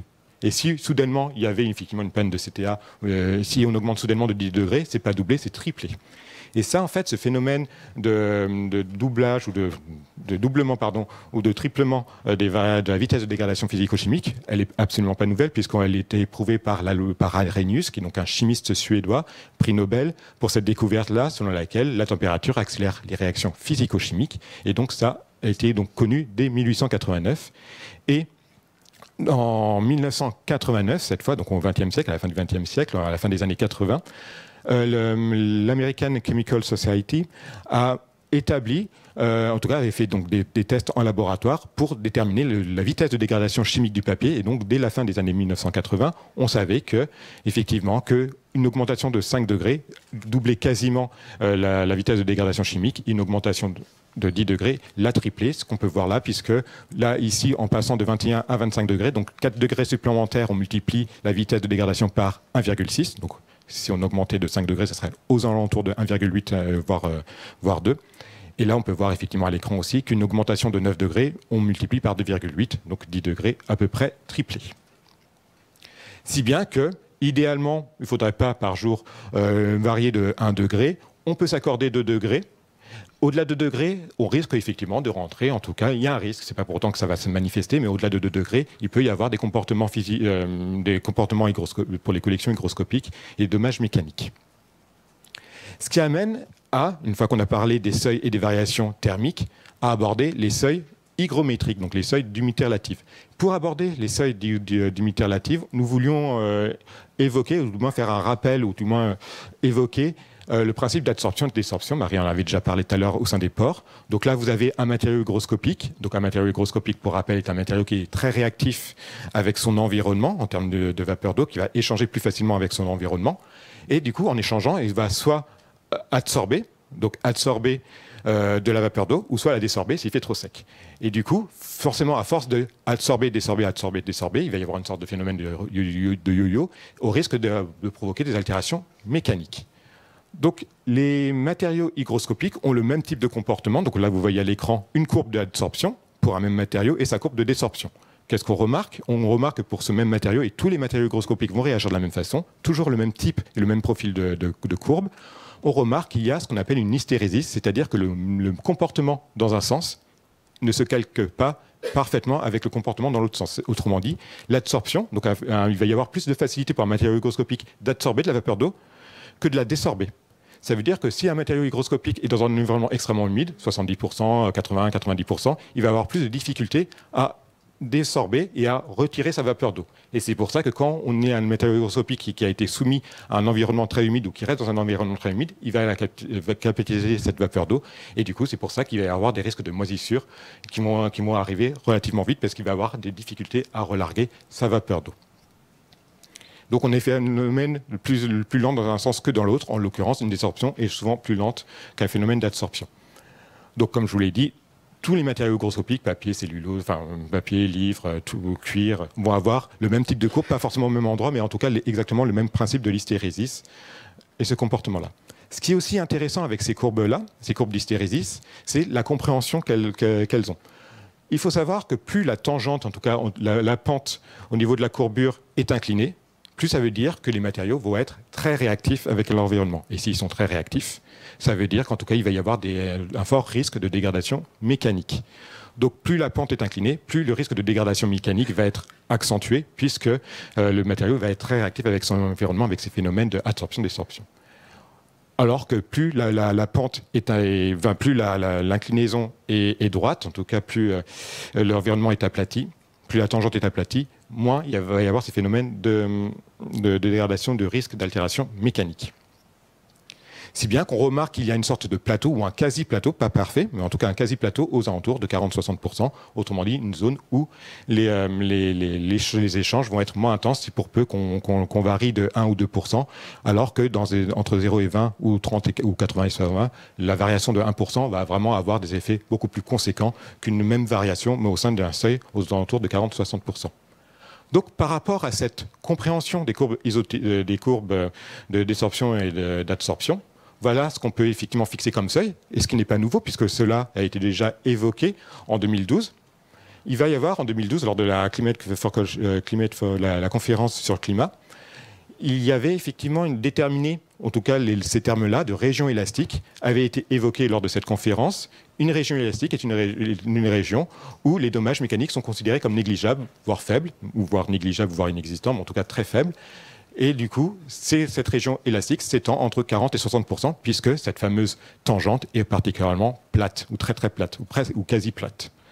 À cela, on va y ajouter l'expression de région plastique, de déformation plastique, où là, par contre, on est entre 25 et 40% ou entre 60 et 75%. Et dans cette région de déformation plastique, pour peu qu'il y ait plusieurs phénomènes ou plusieurs variations et de façon très cyclique, à ce moment-là, effectivement, on risque d'avoir des variations dimensionnelles et donc on risque d'avoir des altérations mécaniques pour nos objets hygroscopiques. Le risque va être plus conséquent, mis à risque. Par contre, dès lors où on va être en région de fracture, donc en dessous de 25% et au-dessus de 75%, là par contre les dégradations mécaniques vont être irrémédiables, irréversibles. Donc c'est pour ça qu'au regard de ces seuils-là, justement, on va être amené à être vigilant par rapport à nos collections. Donc en dessous de 30%, il y a forcément un risque de perte de l'olier, ce dont on parlait Marie. Quand on est notre seuil qui est celui de 40%, 40%, en dessous de 40%, les objets hygroscopiques vont rentrer dans une zone de déformation plastique, donc elles peuvent avoir des problématiques de rétraction, de fissure, de déchirure. Par contre, être au-dessus de 40% peut présenter des risques de corrosion pour les métaux et pour les verres. C'est pour ça que pour métaux et verres, on va être plutôt aux alentours de 30 ou 40%, mais par contre pour les matériaux hygroscopiques, autant que possible, aller au-delà de 40%. Et par contre, en dessus de 60%, il va y avoir une autre série de risques. Donc pour les matériaux hygroscopiques, des pertes de dimension suite à des gonflements, des phénomènes de gondolement, de gonflement et de ramollissement de gélatine. Pour les métaux, déjà qu'au-dessus de 40%, ils risquent de se corroder, mais on sait que la corrosion des métaux va s'accélérer, notamment en plus si on dépasse des seuils qui seraient celui de 75% par exemple. Pour les verres, également la même chose. Certains minéraux peuvent aussi rentrer en déliquescence aussi à des humidités trop importantes. Et bien évidemment, on sait bien que l'humidité est un véhicule, un facteur d'acidification, si bien qu'on peut avoir des phénomènes d'acidification, d'oxydation, de brunissement pour nos collections. Et de la même façon, aussi des gencives pour les peintures ou encore des phénomènes d'infestation et de moisissure pour les collections à force de rentrer dans des fortes humidités. C'est pour ça qu'autant que possible, la plage climatique de conservation peut être comprise entre 40 et 60% pour les matériaux hygroscopiques et pour des matériaux de type métaux, être aux alentours de 30 à 40%. Là, je vous évoquais effectivement les problématiques de moisissure qui peuvent s'enclencher au-delà de 60%. Certes, on sait que dès qu'on dépasse 60%, il peut y avoir des phénomènes de moisissure. Par contre, l'ICC a fait des expérimentations et on sait effectivement, donc là, depuis 2004, qu'en fait, certes, il y a un risque de moisissure, mais les moisissures vont apparaître au bout de 2 ans à 60%. Si on augmente à 70%, ça va mettre 3 mois à apparaître et à vraiment se développer. Par contre, plus on va être dans des niveaux d'humidité importants, au-delà de 80%, on va être à l'échelle de la semaine.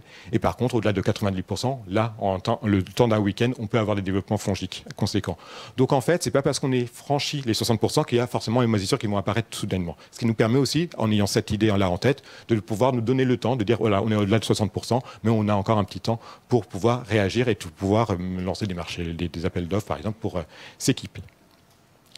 Une fois avoir évoqué les variations, cette fois, les seuils d'hygrométrie, on va évoquer maintenant les variations hygrométriques parce qu'on s'est fixé notre seuil, mettons, de 40-60. Il faut qu'au sein de notre seuil de 40-60, qu'on ne soit pas trop fluctuant.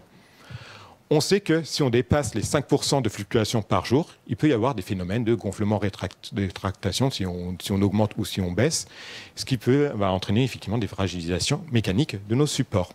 Cela est d'ailleurs évoqué déjà dans la norme de 15 757, qui évoque effectivement tout risque de changement dimensionnel, de déformation, avec une idée de cumulation des cumulations des dégradations et de façon irréversible. Et au-delà de 25%, heureusement, autant que possible, ça ne va pas fluctuer, du moins on l'espère, au-delà de 25%, mais on sait qu'au-delà de 25%, il va y avoir une accélération des dégradations chimiques, elles vont augmenter de 50%. Donc elles ne vont pas doubler, mais elles vont être multipliées par 1,5. Et ça, on revient, et ça, ce phénomène de dégradation chimique, d'accélération de dégradation chimique, a été déjà évoqué, effectivement, toujours dans la même étude, dans la fin des années 1980, toujours avec le papier, puisqu'on peut voir ici, effectivement, que si on passe de 50 à 75%, on multiplie par 1,5 le facteur de dégradation. Mais par contre, on passe de 50 à 25%, en tout cas, là, ici, on diminue pour le papier le risque de dégradation. Autrement dit, ceci pour dire qu'on va autant que possible éviter de fluctuer plus de 5% sur 24 heures d'humidité relative si les équipements nous le permettent. Également, à avoir en tête cette notion de passé hygrométrique. Alors, peu importe l'expression, on peut parler de passé hygrométrique, mais l'idée, puisque le monde anglo-saxon va plutôt employer les expressions comme fluctuation éprouvée ou variation démontrée, mais tout ça, ces différentes expressions reviennent sur le même principe selon lequel, si nos objets ont subi des fluctuations et ont été dégradés par des fluctuations du passé, toute nouvelle fluctuation, tant qu'elle ne dépasse pas ce qu'a subi par le passé de nos collections, a priori, elles ont subi un gros stress dans le passé. A priori, si on ne dépasse pas ce stress subi dans le passé, les nouvelles dégradations, il n'y aura pas forcément de nouvelles dégradations si l'objet subit le même stress, tant qu'il n'a pas été dépassé. Donc ainsi, on peut déterminer aussi nos possibilités de fluctuation par jour ou par semaine en fonction de ce qu'on sait, ce qu'a pu subir nos objets par le passé. Après, c'est un risque, effectivement, autant que possible, on va éviter les augmentations et les fluctuations de plus de 5%, mais si on sait que notre objet a supporté du 6%, du 7%, on va se dire, autant que possible, on se donne une petite zone de souplesse. Et d'ailleurs, cette notion-là apparaît, sans cette expression, mais apparaît dans la norme toujours 15 757, puisqu'elle nous dit qu'il faut respecter l'histoire climatique, même si cette histoire climatique ne correspond pas aux standards. Des peintures dans des églises, elles sont aux alentours de 80%, et finalement, elles peuvent bien se comporter encore. Donc c'est pas parce qu'on dit que les peintures faut être aux alentours de 40-60, même si on les dépasse, potentiellement, il y a certains supports qui peuvent le supporter, puisqu'elles se sont acclimatées à leur passé. Par contre, toute variation, est-ce que tu dis cette norme, toute variation par rapport à un climat historique va être considérée comme un choc climatique, et c'est pour ça qu'il va falloir autant que possible rester dans les plages climatiques que l'objet a connues dans son passé. Et là, dans le temps qui reste, on voulait revenir aussi sur pourquoi aujourd'hui, donc là vous avez vu effectivement les consignes et les variations constelaires, l'idée était de revenir avec vous sur toute l'histoire sur comment a-t-on abouti à cela aujourd'hui et ce qu'on préconise aujourd'hui.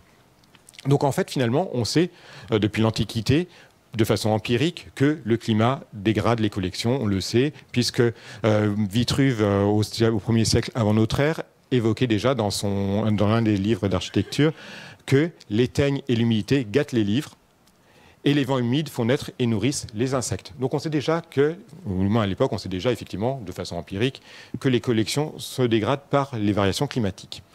De la même façon, cette fois au IIe siècle de notre ère, les vestiges de la bibliothèque de Celsus à Éphèse nous montrent, effectivement, témoignent qu'il existe des dispositifs architecturaux pour créer une sorte de double pot avec une double paroi qui favorise l'aération, ce qui induit bien qu'il y avait cette connaissance ou cette notion de risque liée aux variations climatiques.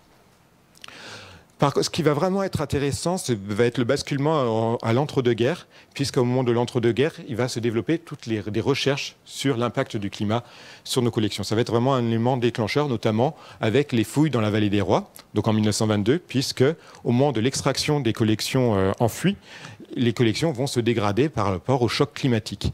Du coup, sur les chaînes opératoires, sur les chaînes de fouilles, il va y avoir cette idée-là d'une chaîne opératoire de conservation avec la mise en place d'un laboratoire sur site et aussi cette idée-là de préserver les collections qui ont été déterrées de façon à éviter et pouvoir les mettre jusqu'au musée. Donc, par rapport à cette connaissance, cette prise de conscience vraiment de l'impact d'un choc climatique, il va y avoir, dans les années 1920 et 1930, des laboratoires qui vont étudier ces phénomènes climatiques et qui vont développer aussi des recherches en conservation sur le climat, mais également sur d'autres sujets, mais parmi lesquels le climat. Et d'ailleurs, ces laboratoires vont être souvent rattachés, en tout cas en Europe, à des musées.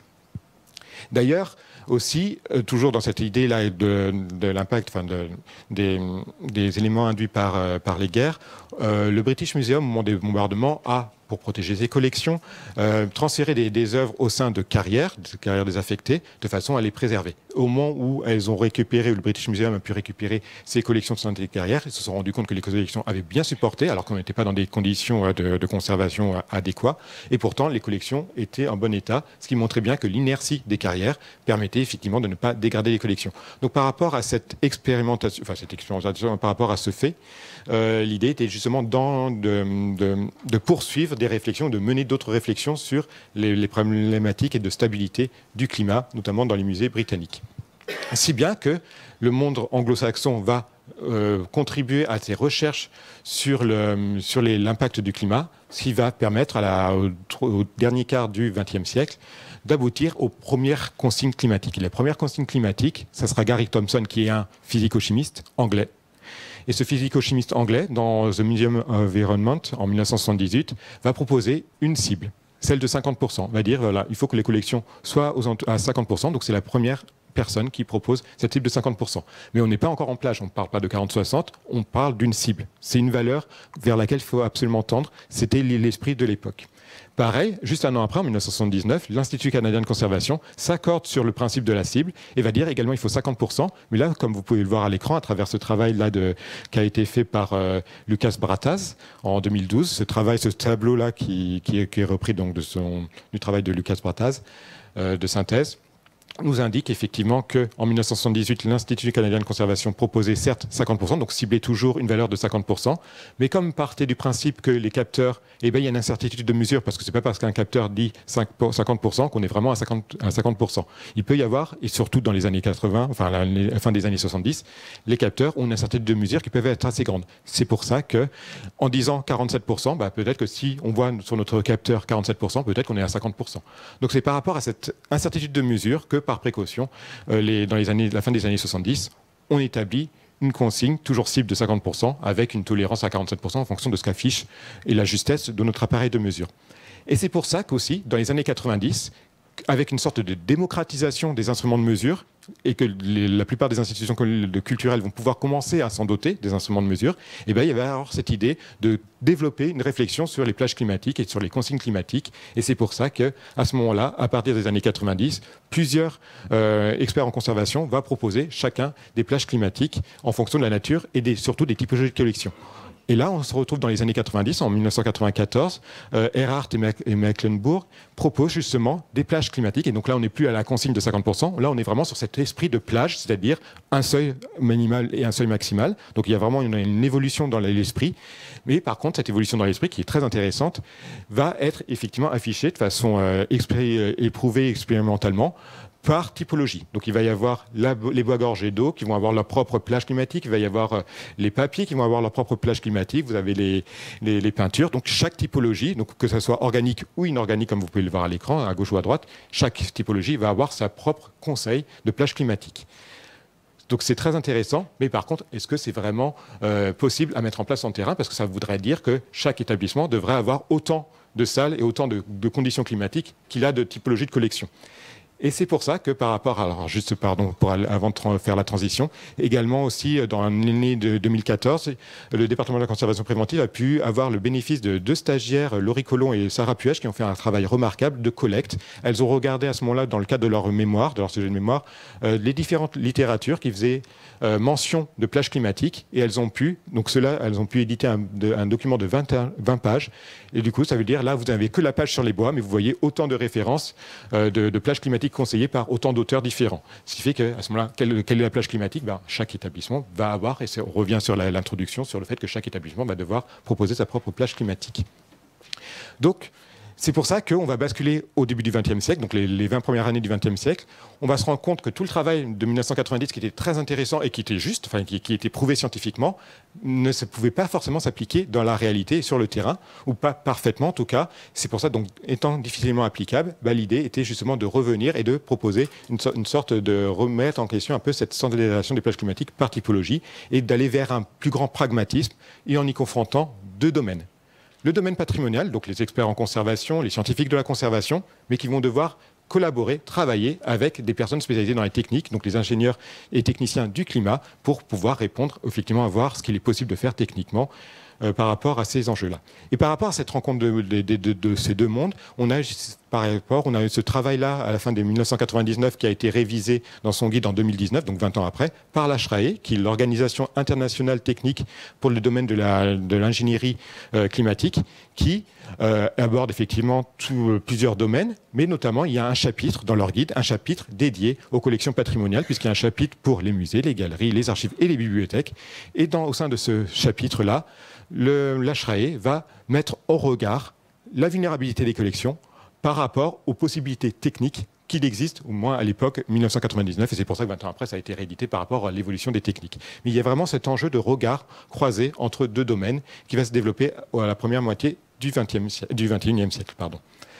Et également, en France, au début des années 2000, à ce moment-là, c'est pour ça que par rapport à cet souhait d'aller vers un plus grand pragmatisme, Alain Soré, donc ingénieur climaticien aux Archives nationales de France, propose de dire, voilà, on va éviter de rester sur des conditions des plages climatiques par typologie, mais on va évoquer la plupart des collections. Donc on va donner comme consigne 15 à 25 degrés et 40-65% d'humidité relative pour la plupart des collections. Et pour les collections plus fragiles, à ce moment-là, une variation de 5%. Et pour les collections qui sont moins fragiles, 10%. Ce qui fait qu'on va changer vraiment de paradigme à ce moment-là pour aller vers plus de possibilités terrain. De la même façon, le Getty Conservation Institute, en 2015, va également aussi assouplir, ou du moins réfléchir autrement, de façon plus satisfaisante et plus pragmatique, en disant que entre 25 et 65%, a priori, les variations dimensionnelles ne seront pas forcément trop conséquentes. Par contre, elles vont être beaucoup plus gravissimes et plus agressives, en dessous des 25% et au-dessus des 65% pour les matériaux hygroscopiques. Et ce qui, effectivement, est aussi relayé par les organismes internationaux, par l'ICC, donc l'Institut international de conservation, l'ICOMCC, également le Bizot Green Protocol, qui, en 2015, également valide, ou du moins consent et s'accorde avec ce qui a été évoqué jusqu'alors, en disant que, finalement, on se rend compte que les collections, les variations d'humidité relative peuvent être plus importantes que ce qu'on le pensait jusque-lors. Si bien que, en 2018, l'Institut canadien de conservation va faire un travail de bilan. Il va faire dans son ouvrage, donc c'est Michalski et Gratané, qui va sortir en 2018, il va publier les directives en matière d'environnement pour les musées, qui est une sorte de bilan. Un bilan très intéressant et très, très bien documenté, puisqu'ils vont nous dire effectivement que finalement, entre 25 et 75%, la réaction hygroscopique n'est que de la moitié ou du tiers de ce qui aurait été constaté dans une plage de 25 à 75%. Donc effectivement, quand on rentre dans cette fameuse région de fracture, on voit effectivement que là, en région de fracture, les réactions vont être doublées, voire triplées sur les aspects mécaniques. Également, l'ICC va nous dire que de nouvelles variations de même ampleur, finalement, risquent de va forcément justement avoir moins de risques de dommages mécaniques sur nos collections. Donc on revient sur le principe du passé hygrométrique à considérer. Donc toute variation supportée par le passé, a priori potentiellement nos objets hygroscopiques peuvent encore le tolérer aujourd'hui tant qu'on ne franchit pas ces nouvelles fluctuations. Mais également dans ce document-là, ils vont dire, ils vont ouvrir aussi sur l'aspect écologique de durabilité en disant, de toute façon, il n'est ni économique ni acceptable sur le plan environnemental de maintenir des conditions très strictement régulées si elles ne sont pas essentielles. Donc il y a vraiment cette ouverture d'esprit de dire, voilà, il va falloir aussi assouplir par rapport à une transition écologique vertueuse. Et c'est pour ça que dans cette réflexion de pragmatisme, ils vont établir 3 grandes catégories climatiques en considérant que la 4e catégorie climatique, c'est pour les objets qui n'ont aucun besoin. Donc collection insensible sort de ces 3 catégories climatiques. Donc à ce moment-là, on a 4 catégories climatiques. Une catégorie, entre guillemets, pour les objets insensibles, donc il n'y a pas besoin d'être trop vigilant. Par contre, pour les 3 autres catégories climatiques, avec un besoin de vigilance. Première catégorie climatique, pour les collections qui sont chimiquement stables, mais mécaniquement vulnérables, parmi lesquelles peinture, textile ou meubles. Et à ce moment-là, l'ICC, de ce fameuse directive en matière d'environnement, va pouvoir mettre en regard les besoins de nos collections au regard des possibilités techniques et on revient sur l'HRAE. Donc on peut voir que très énergivore et très coûteux, l'HRAE AAA, mais ce qui nous permet effectivement une régulation de précision. Donc à ce moment-là, ça sera uniquement pour des collections particulièrement très sensibles, très vulnérables. Est-ce que ça se justifie toujours? Pas forcément. Donc à ce moment-là, autant peut-être basculer en HRAE A pour une bonne régulation et des variations saisonnières raisonnées. Donc là, on est déjà très satisfaisant pour la conservation, de la même façon que pour HRAE B, on sera déjà aussi très satisfaisant pour la conservation.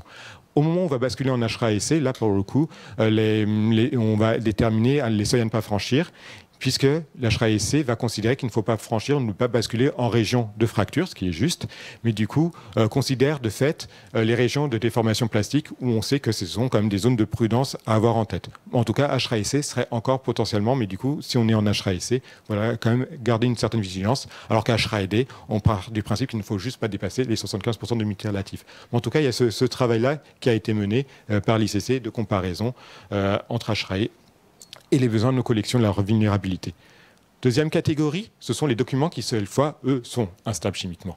Donc, dans les catégories dites instables chimiquement, on retrouve le papier, le parchemin, les bobines, les bandes magnétiques, les diapositives.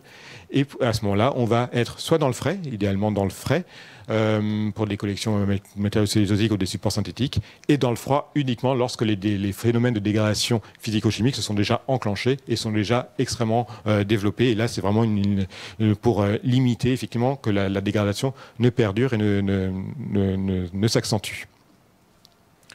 Et troisième catégorie climatique, c'est celle des métaux, pour laquelle il ne faudrait pas dépasser, en tout cas autant que possible, ne pas dépasser les 30 ou 40% d'humidité relative, donc être dans un environnement très très sec. Donc ça, on était jusqu'en 2020, pardon. En 2020, excusez-moi. En 2022, qu'est-ce qui se passe en 2022? Crise énergétique mondiale, si bien que les organisations, si bien que chacun des pays va demander à les organisations culturelles nationales d'établir des protocoles pour se préparer à la raréfaction des ressources et des matières premières. Et c'est pour ça que à ce moment-là, les organisations culturelles vont réfléchir par rapport à ce risque de perdre des ressources, de raréfaction des ressources, à ce moment-là d'être beaucoup plus souple et donc d'élargir les consignes climatiques pour leur patrimoine. En France, par exemple, il y a une stratégie nationale de la transition écologique qui s'établit. Donc là, effectivement, ça avait déjà été évoqué, ça sera évoqué par Gaël juste après, c'est pour ça que je ne vais pas du tout m'épancher dessus. Mais vous avez effectivement quelques points qui sont le décret tertiaire en 2019 avec un souhait de baisser les consommations énergétiques, Gaël en parlera. Pareil, le décret BAX, qui est un décret qui réfléchit sur les équipements de régulation du climat. De la même façon, Gaël en parlera, donc je ne m'étends pas là-dessus. Vous avez également la circulaire numéro 6343 du Premier ministre qui indique que pour les bâtiments tertiaires, il va falloir effectivement, pour en hiver, ne pas dépasser les 19 degrés, vous s'accordez sur 19 degrés même pour le confort humain, et ne pas allumer sa climatisation tant qu'on n'a pas atteint les 26 degrés en été. Donc ça, c'est la circulaire du Premier ministre. Et également, de la même façon, ce que nous disait tout à l'heure Karine, le PNAC, le Plan national d'adaptation au changement climatique, mesure à l'époque 43, mais qui donc maintenant, j'en déduis qu'il est la mesure 44, pardon. Du coup, la mesure 43 qui s'accorde effectivement, dans le cadre de ce Plan national d'adaptation au changement climatique, sur les mesures à adopter pour le patrimoine.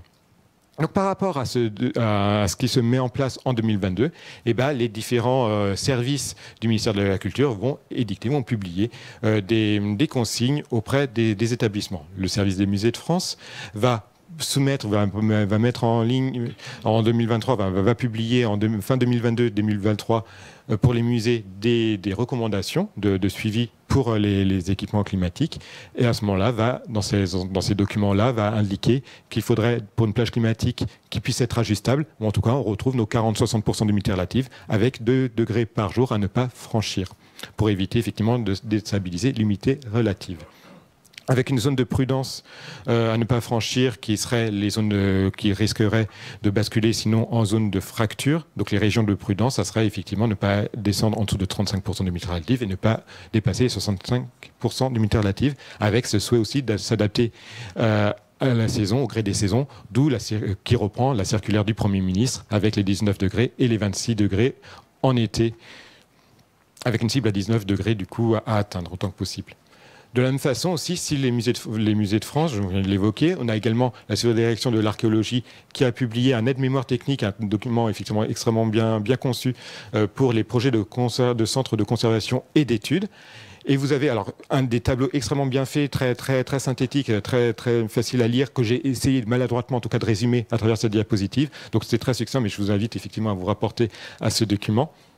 Dans lequel effectivement il est indiqué qu'il y a des réserves pour lesquelles on peut ne pas contrôler, ou du moins en tout cas tant qu'on ne dépasse pas qu'on ne descend pas en dessous de 12 degrés et au-dessus de 75%, mais pour le reste il n'y a pas forcément besoin d'une régulation spécifique pour certaines typologies de collections. Par contre il y a d'autres typologies de collections archéologiques pour lesquelles il va falloir être disposé d'un climat contrôlé, comme les métaux, les matériaux organiques, les documents et les moulages, ou encore les documents photographiques et surtout les bois gorgés d'eau. Et également, autre élément intéressant dans cette publication, qui est le fait aussi de s'adapter au climat, puisqu'il va y avoir ces propositions, mais qui vont s'adapter si on est en climat tropical, donc en outre-mer, ou si on est en climat tempéré, en métropole. Donc il y a aussi ce basculement, donc deux façons de réfléchir selon où on se trouve géographiquement.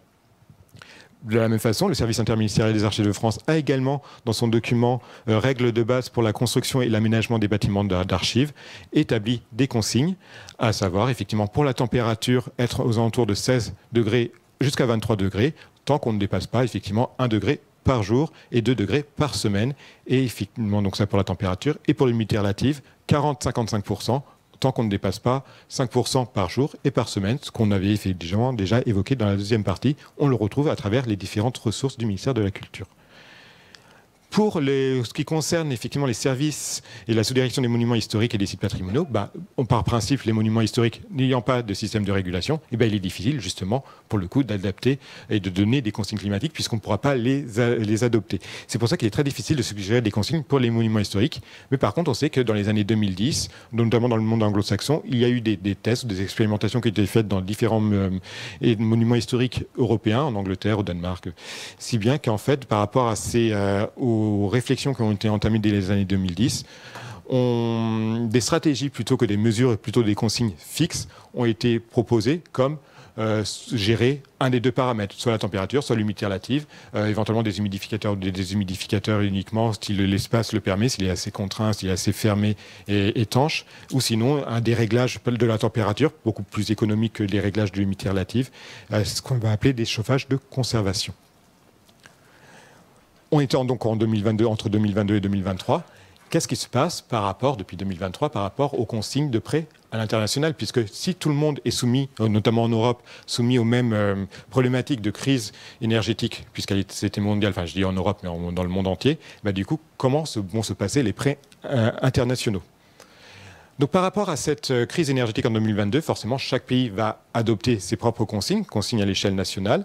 On va avoir, donc là je vous ai évoqué celle en France, mais bien évidemment les autres pays européens vont avoir leurs recommandations pour les structures culturelles de la nationale. Donc En Suisse, donc la Suisse dégaine en août 2022, et effectivement, va pas forcément proposer des consignes climatiques, mais par contre va proposer de façon très intelligente une méthodologie, donc des choses effectivement à avoir en tête. Suivi pratiquement aussitôt en Allemagne, juste le mois suivant, donc en septembre 2022, où l'Allemagne va proposer des consignes climatiques à respecter pour ces institutions, donc 18-26, donc on voit un certain élargissement, 40-60%, donc on retrouve le 40-60%, avec une stabilité sur 24 heures de 2 degrés et 5% d'humidité relative. Tout de suite après, effectivement, la Belgique, avec l'IRPA, qui va proposer en novembre 2022, va édicter un document dans lequel il va pas forcément proposer des plages climatiques, mais en tout cas des variations à ne pas franchir, donc des variations de 1 degré par jour, de 5% d'humidité relative par semaine, tant qu'on ne descend pas en dessous de 12 degrés, 12-13 degrés. Et l'IRPA, juste après, donc novembre 2022, va travailler avec le RCE, qui est une organisation, l'Agence patrimoine culturel des Pays-Bas, et ces deux organisations vont proposer en mars 2023 un document qui va proposer également des consignes climatiques qui sont de 12-26 degrés, 40-60%, avec pas plus de 10% d'humidité relative en 24 heures de fluctuation tolérable. Vous voyez, on est à peu près toujours sur les mêmes plages, 40-60% partout. Pourquoi? Parce que finalement, même si ce sont des propositions nationales, tous ces pays-là se contactent, bien évidemment. Les professionnels de conservation de ces différents pays se concertent, travaillent puisqu'ils se connaissent, on se connaît tous, on travaille autant que possible ensemble. Donc c'est pour ça qu'il y a une certaine cohérence, une certaine logique de tous ces plages climatiques, puisque les uns et les autres vont travailler de concert, surtout en moment de crise énergétique où on est obligé justement de proposer ce type de document dans des délais très très courts. Donc forcément, tout le monde se concerte, si bien que cela va permettre, en 2023, au groupe BISO, donc le groupe BISO, c'est un groupe international des organisateurs de musées, qui a été créé donc dès 1992, qui représente 54 musées dans le monde. Et donc, depuis 1992, régulièrement, il propose le BISO Green Protocol, donc des protocoles de recommandations dans le cadre de prêts à l'échelle internationale, donc ça depuis 1992. Mais du coup, l'édition 2023 va intégrer le principe, effectivement, par rapport à cette crise énergétique, le principe de consignes climatiques assouplies pour permettre de favoriser les prêts entre établissements à l'horizon dès les années 2022. Si bien que la version 2023 du BISO Green Protocol propose des axes actionnels d'éco-conservation, en plus, mais va également proposer des recommandations climatiques, tout dans un document de très très court de 6 pages de mémoire. Mais également, ces recommandations climatiques, si le document est court, elles sont justifiées et argumentées à travers un document de peut-être de 20 pages ou de 40 pages, je ne sais plus, qui constitue une annexe, qui explique détail par détail, très bien réalisé, qui justifie pourquoi ont été élargis, par rapport à toutes les expérimentations qui ont été faites, pourquoi ça a été élargi sur le 40-60%. Donc, ce BISO Green Protocol nous permet effectivement de déterminer dans ce document que si on est amené à prêter, en tout cas il est conseillé, ce n'est pas une obligation, mais par contre, entre établissements prêteurs qui respecteraient les conditions de ce Green Protocol, ce qui permet effectivement de faire éventuellement un levier pour la négociation, en tout cas pour permettre de favoriser des échanges dans le cadre de prêts. Le BISO Green Protocol dit finalement 16 à 25 degrés, c'est adapté pour la température. 40-60%, nos collections devraient a priori bien aller, avec pas plus de 10% de variation sur 24 heures. Par contre, pour des objets bien plus sensibles ou bien plus spécifiques, à ce moment-là, demander l'avis d'un conservateur-restaurateur spécialisé dans le domaine concerné pour s'assurer que les fluctuations peuvent être tolérées par les musées, dans le cadre des prêts. Je vous remercie pour votre attention.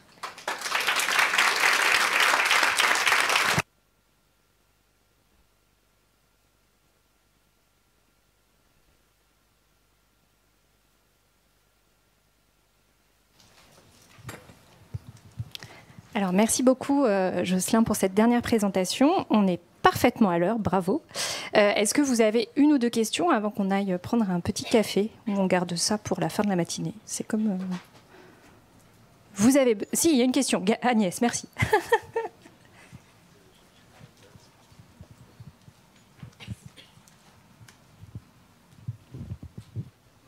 Merci beaucoup pour vos deux présentations et surtout pour le rappel historique.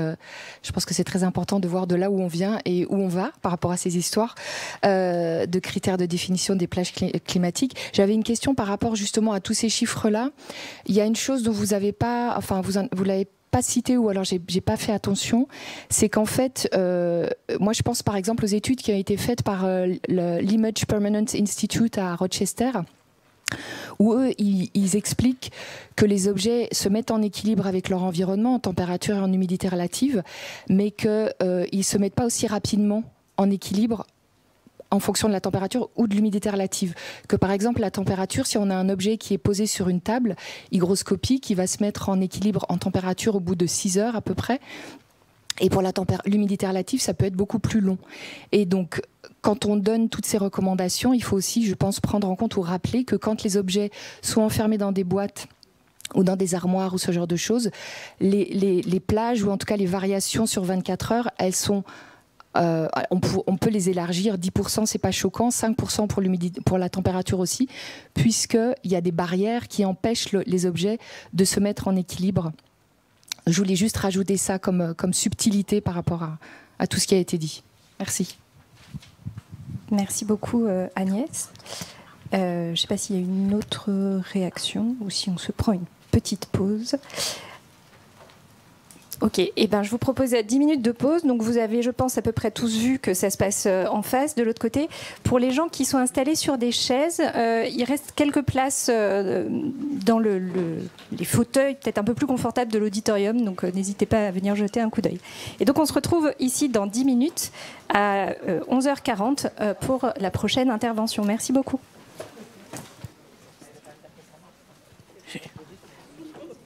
Une bêtise en plus.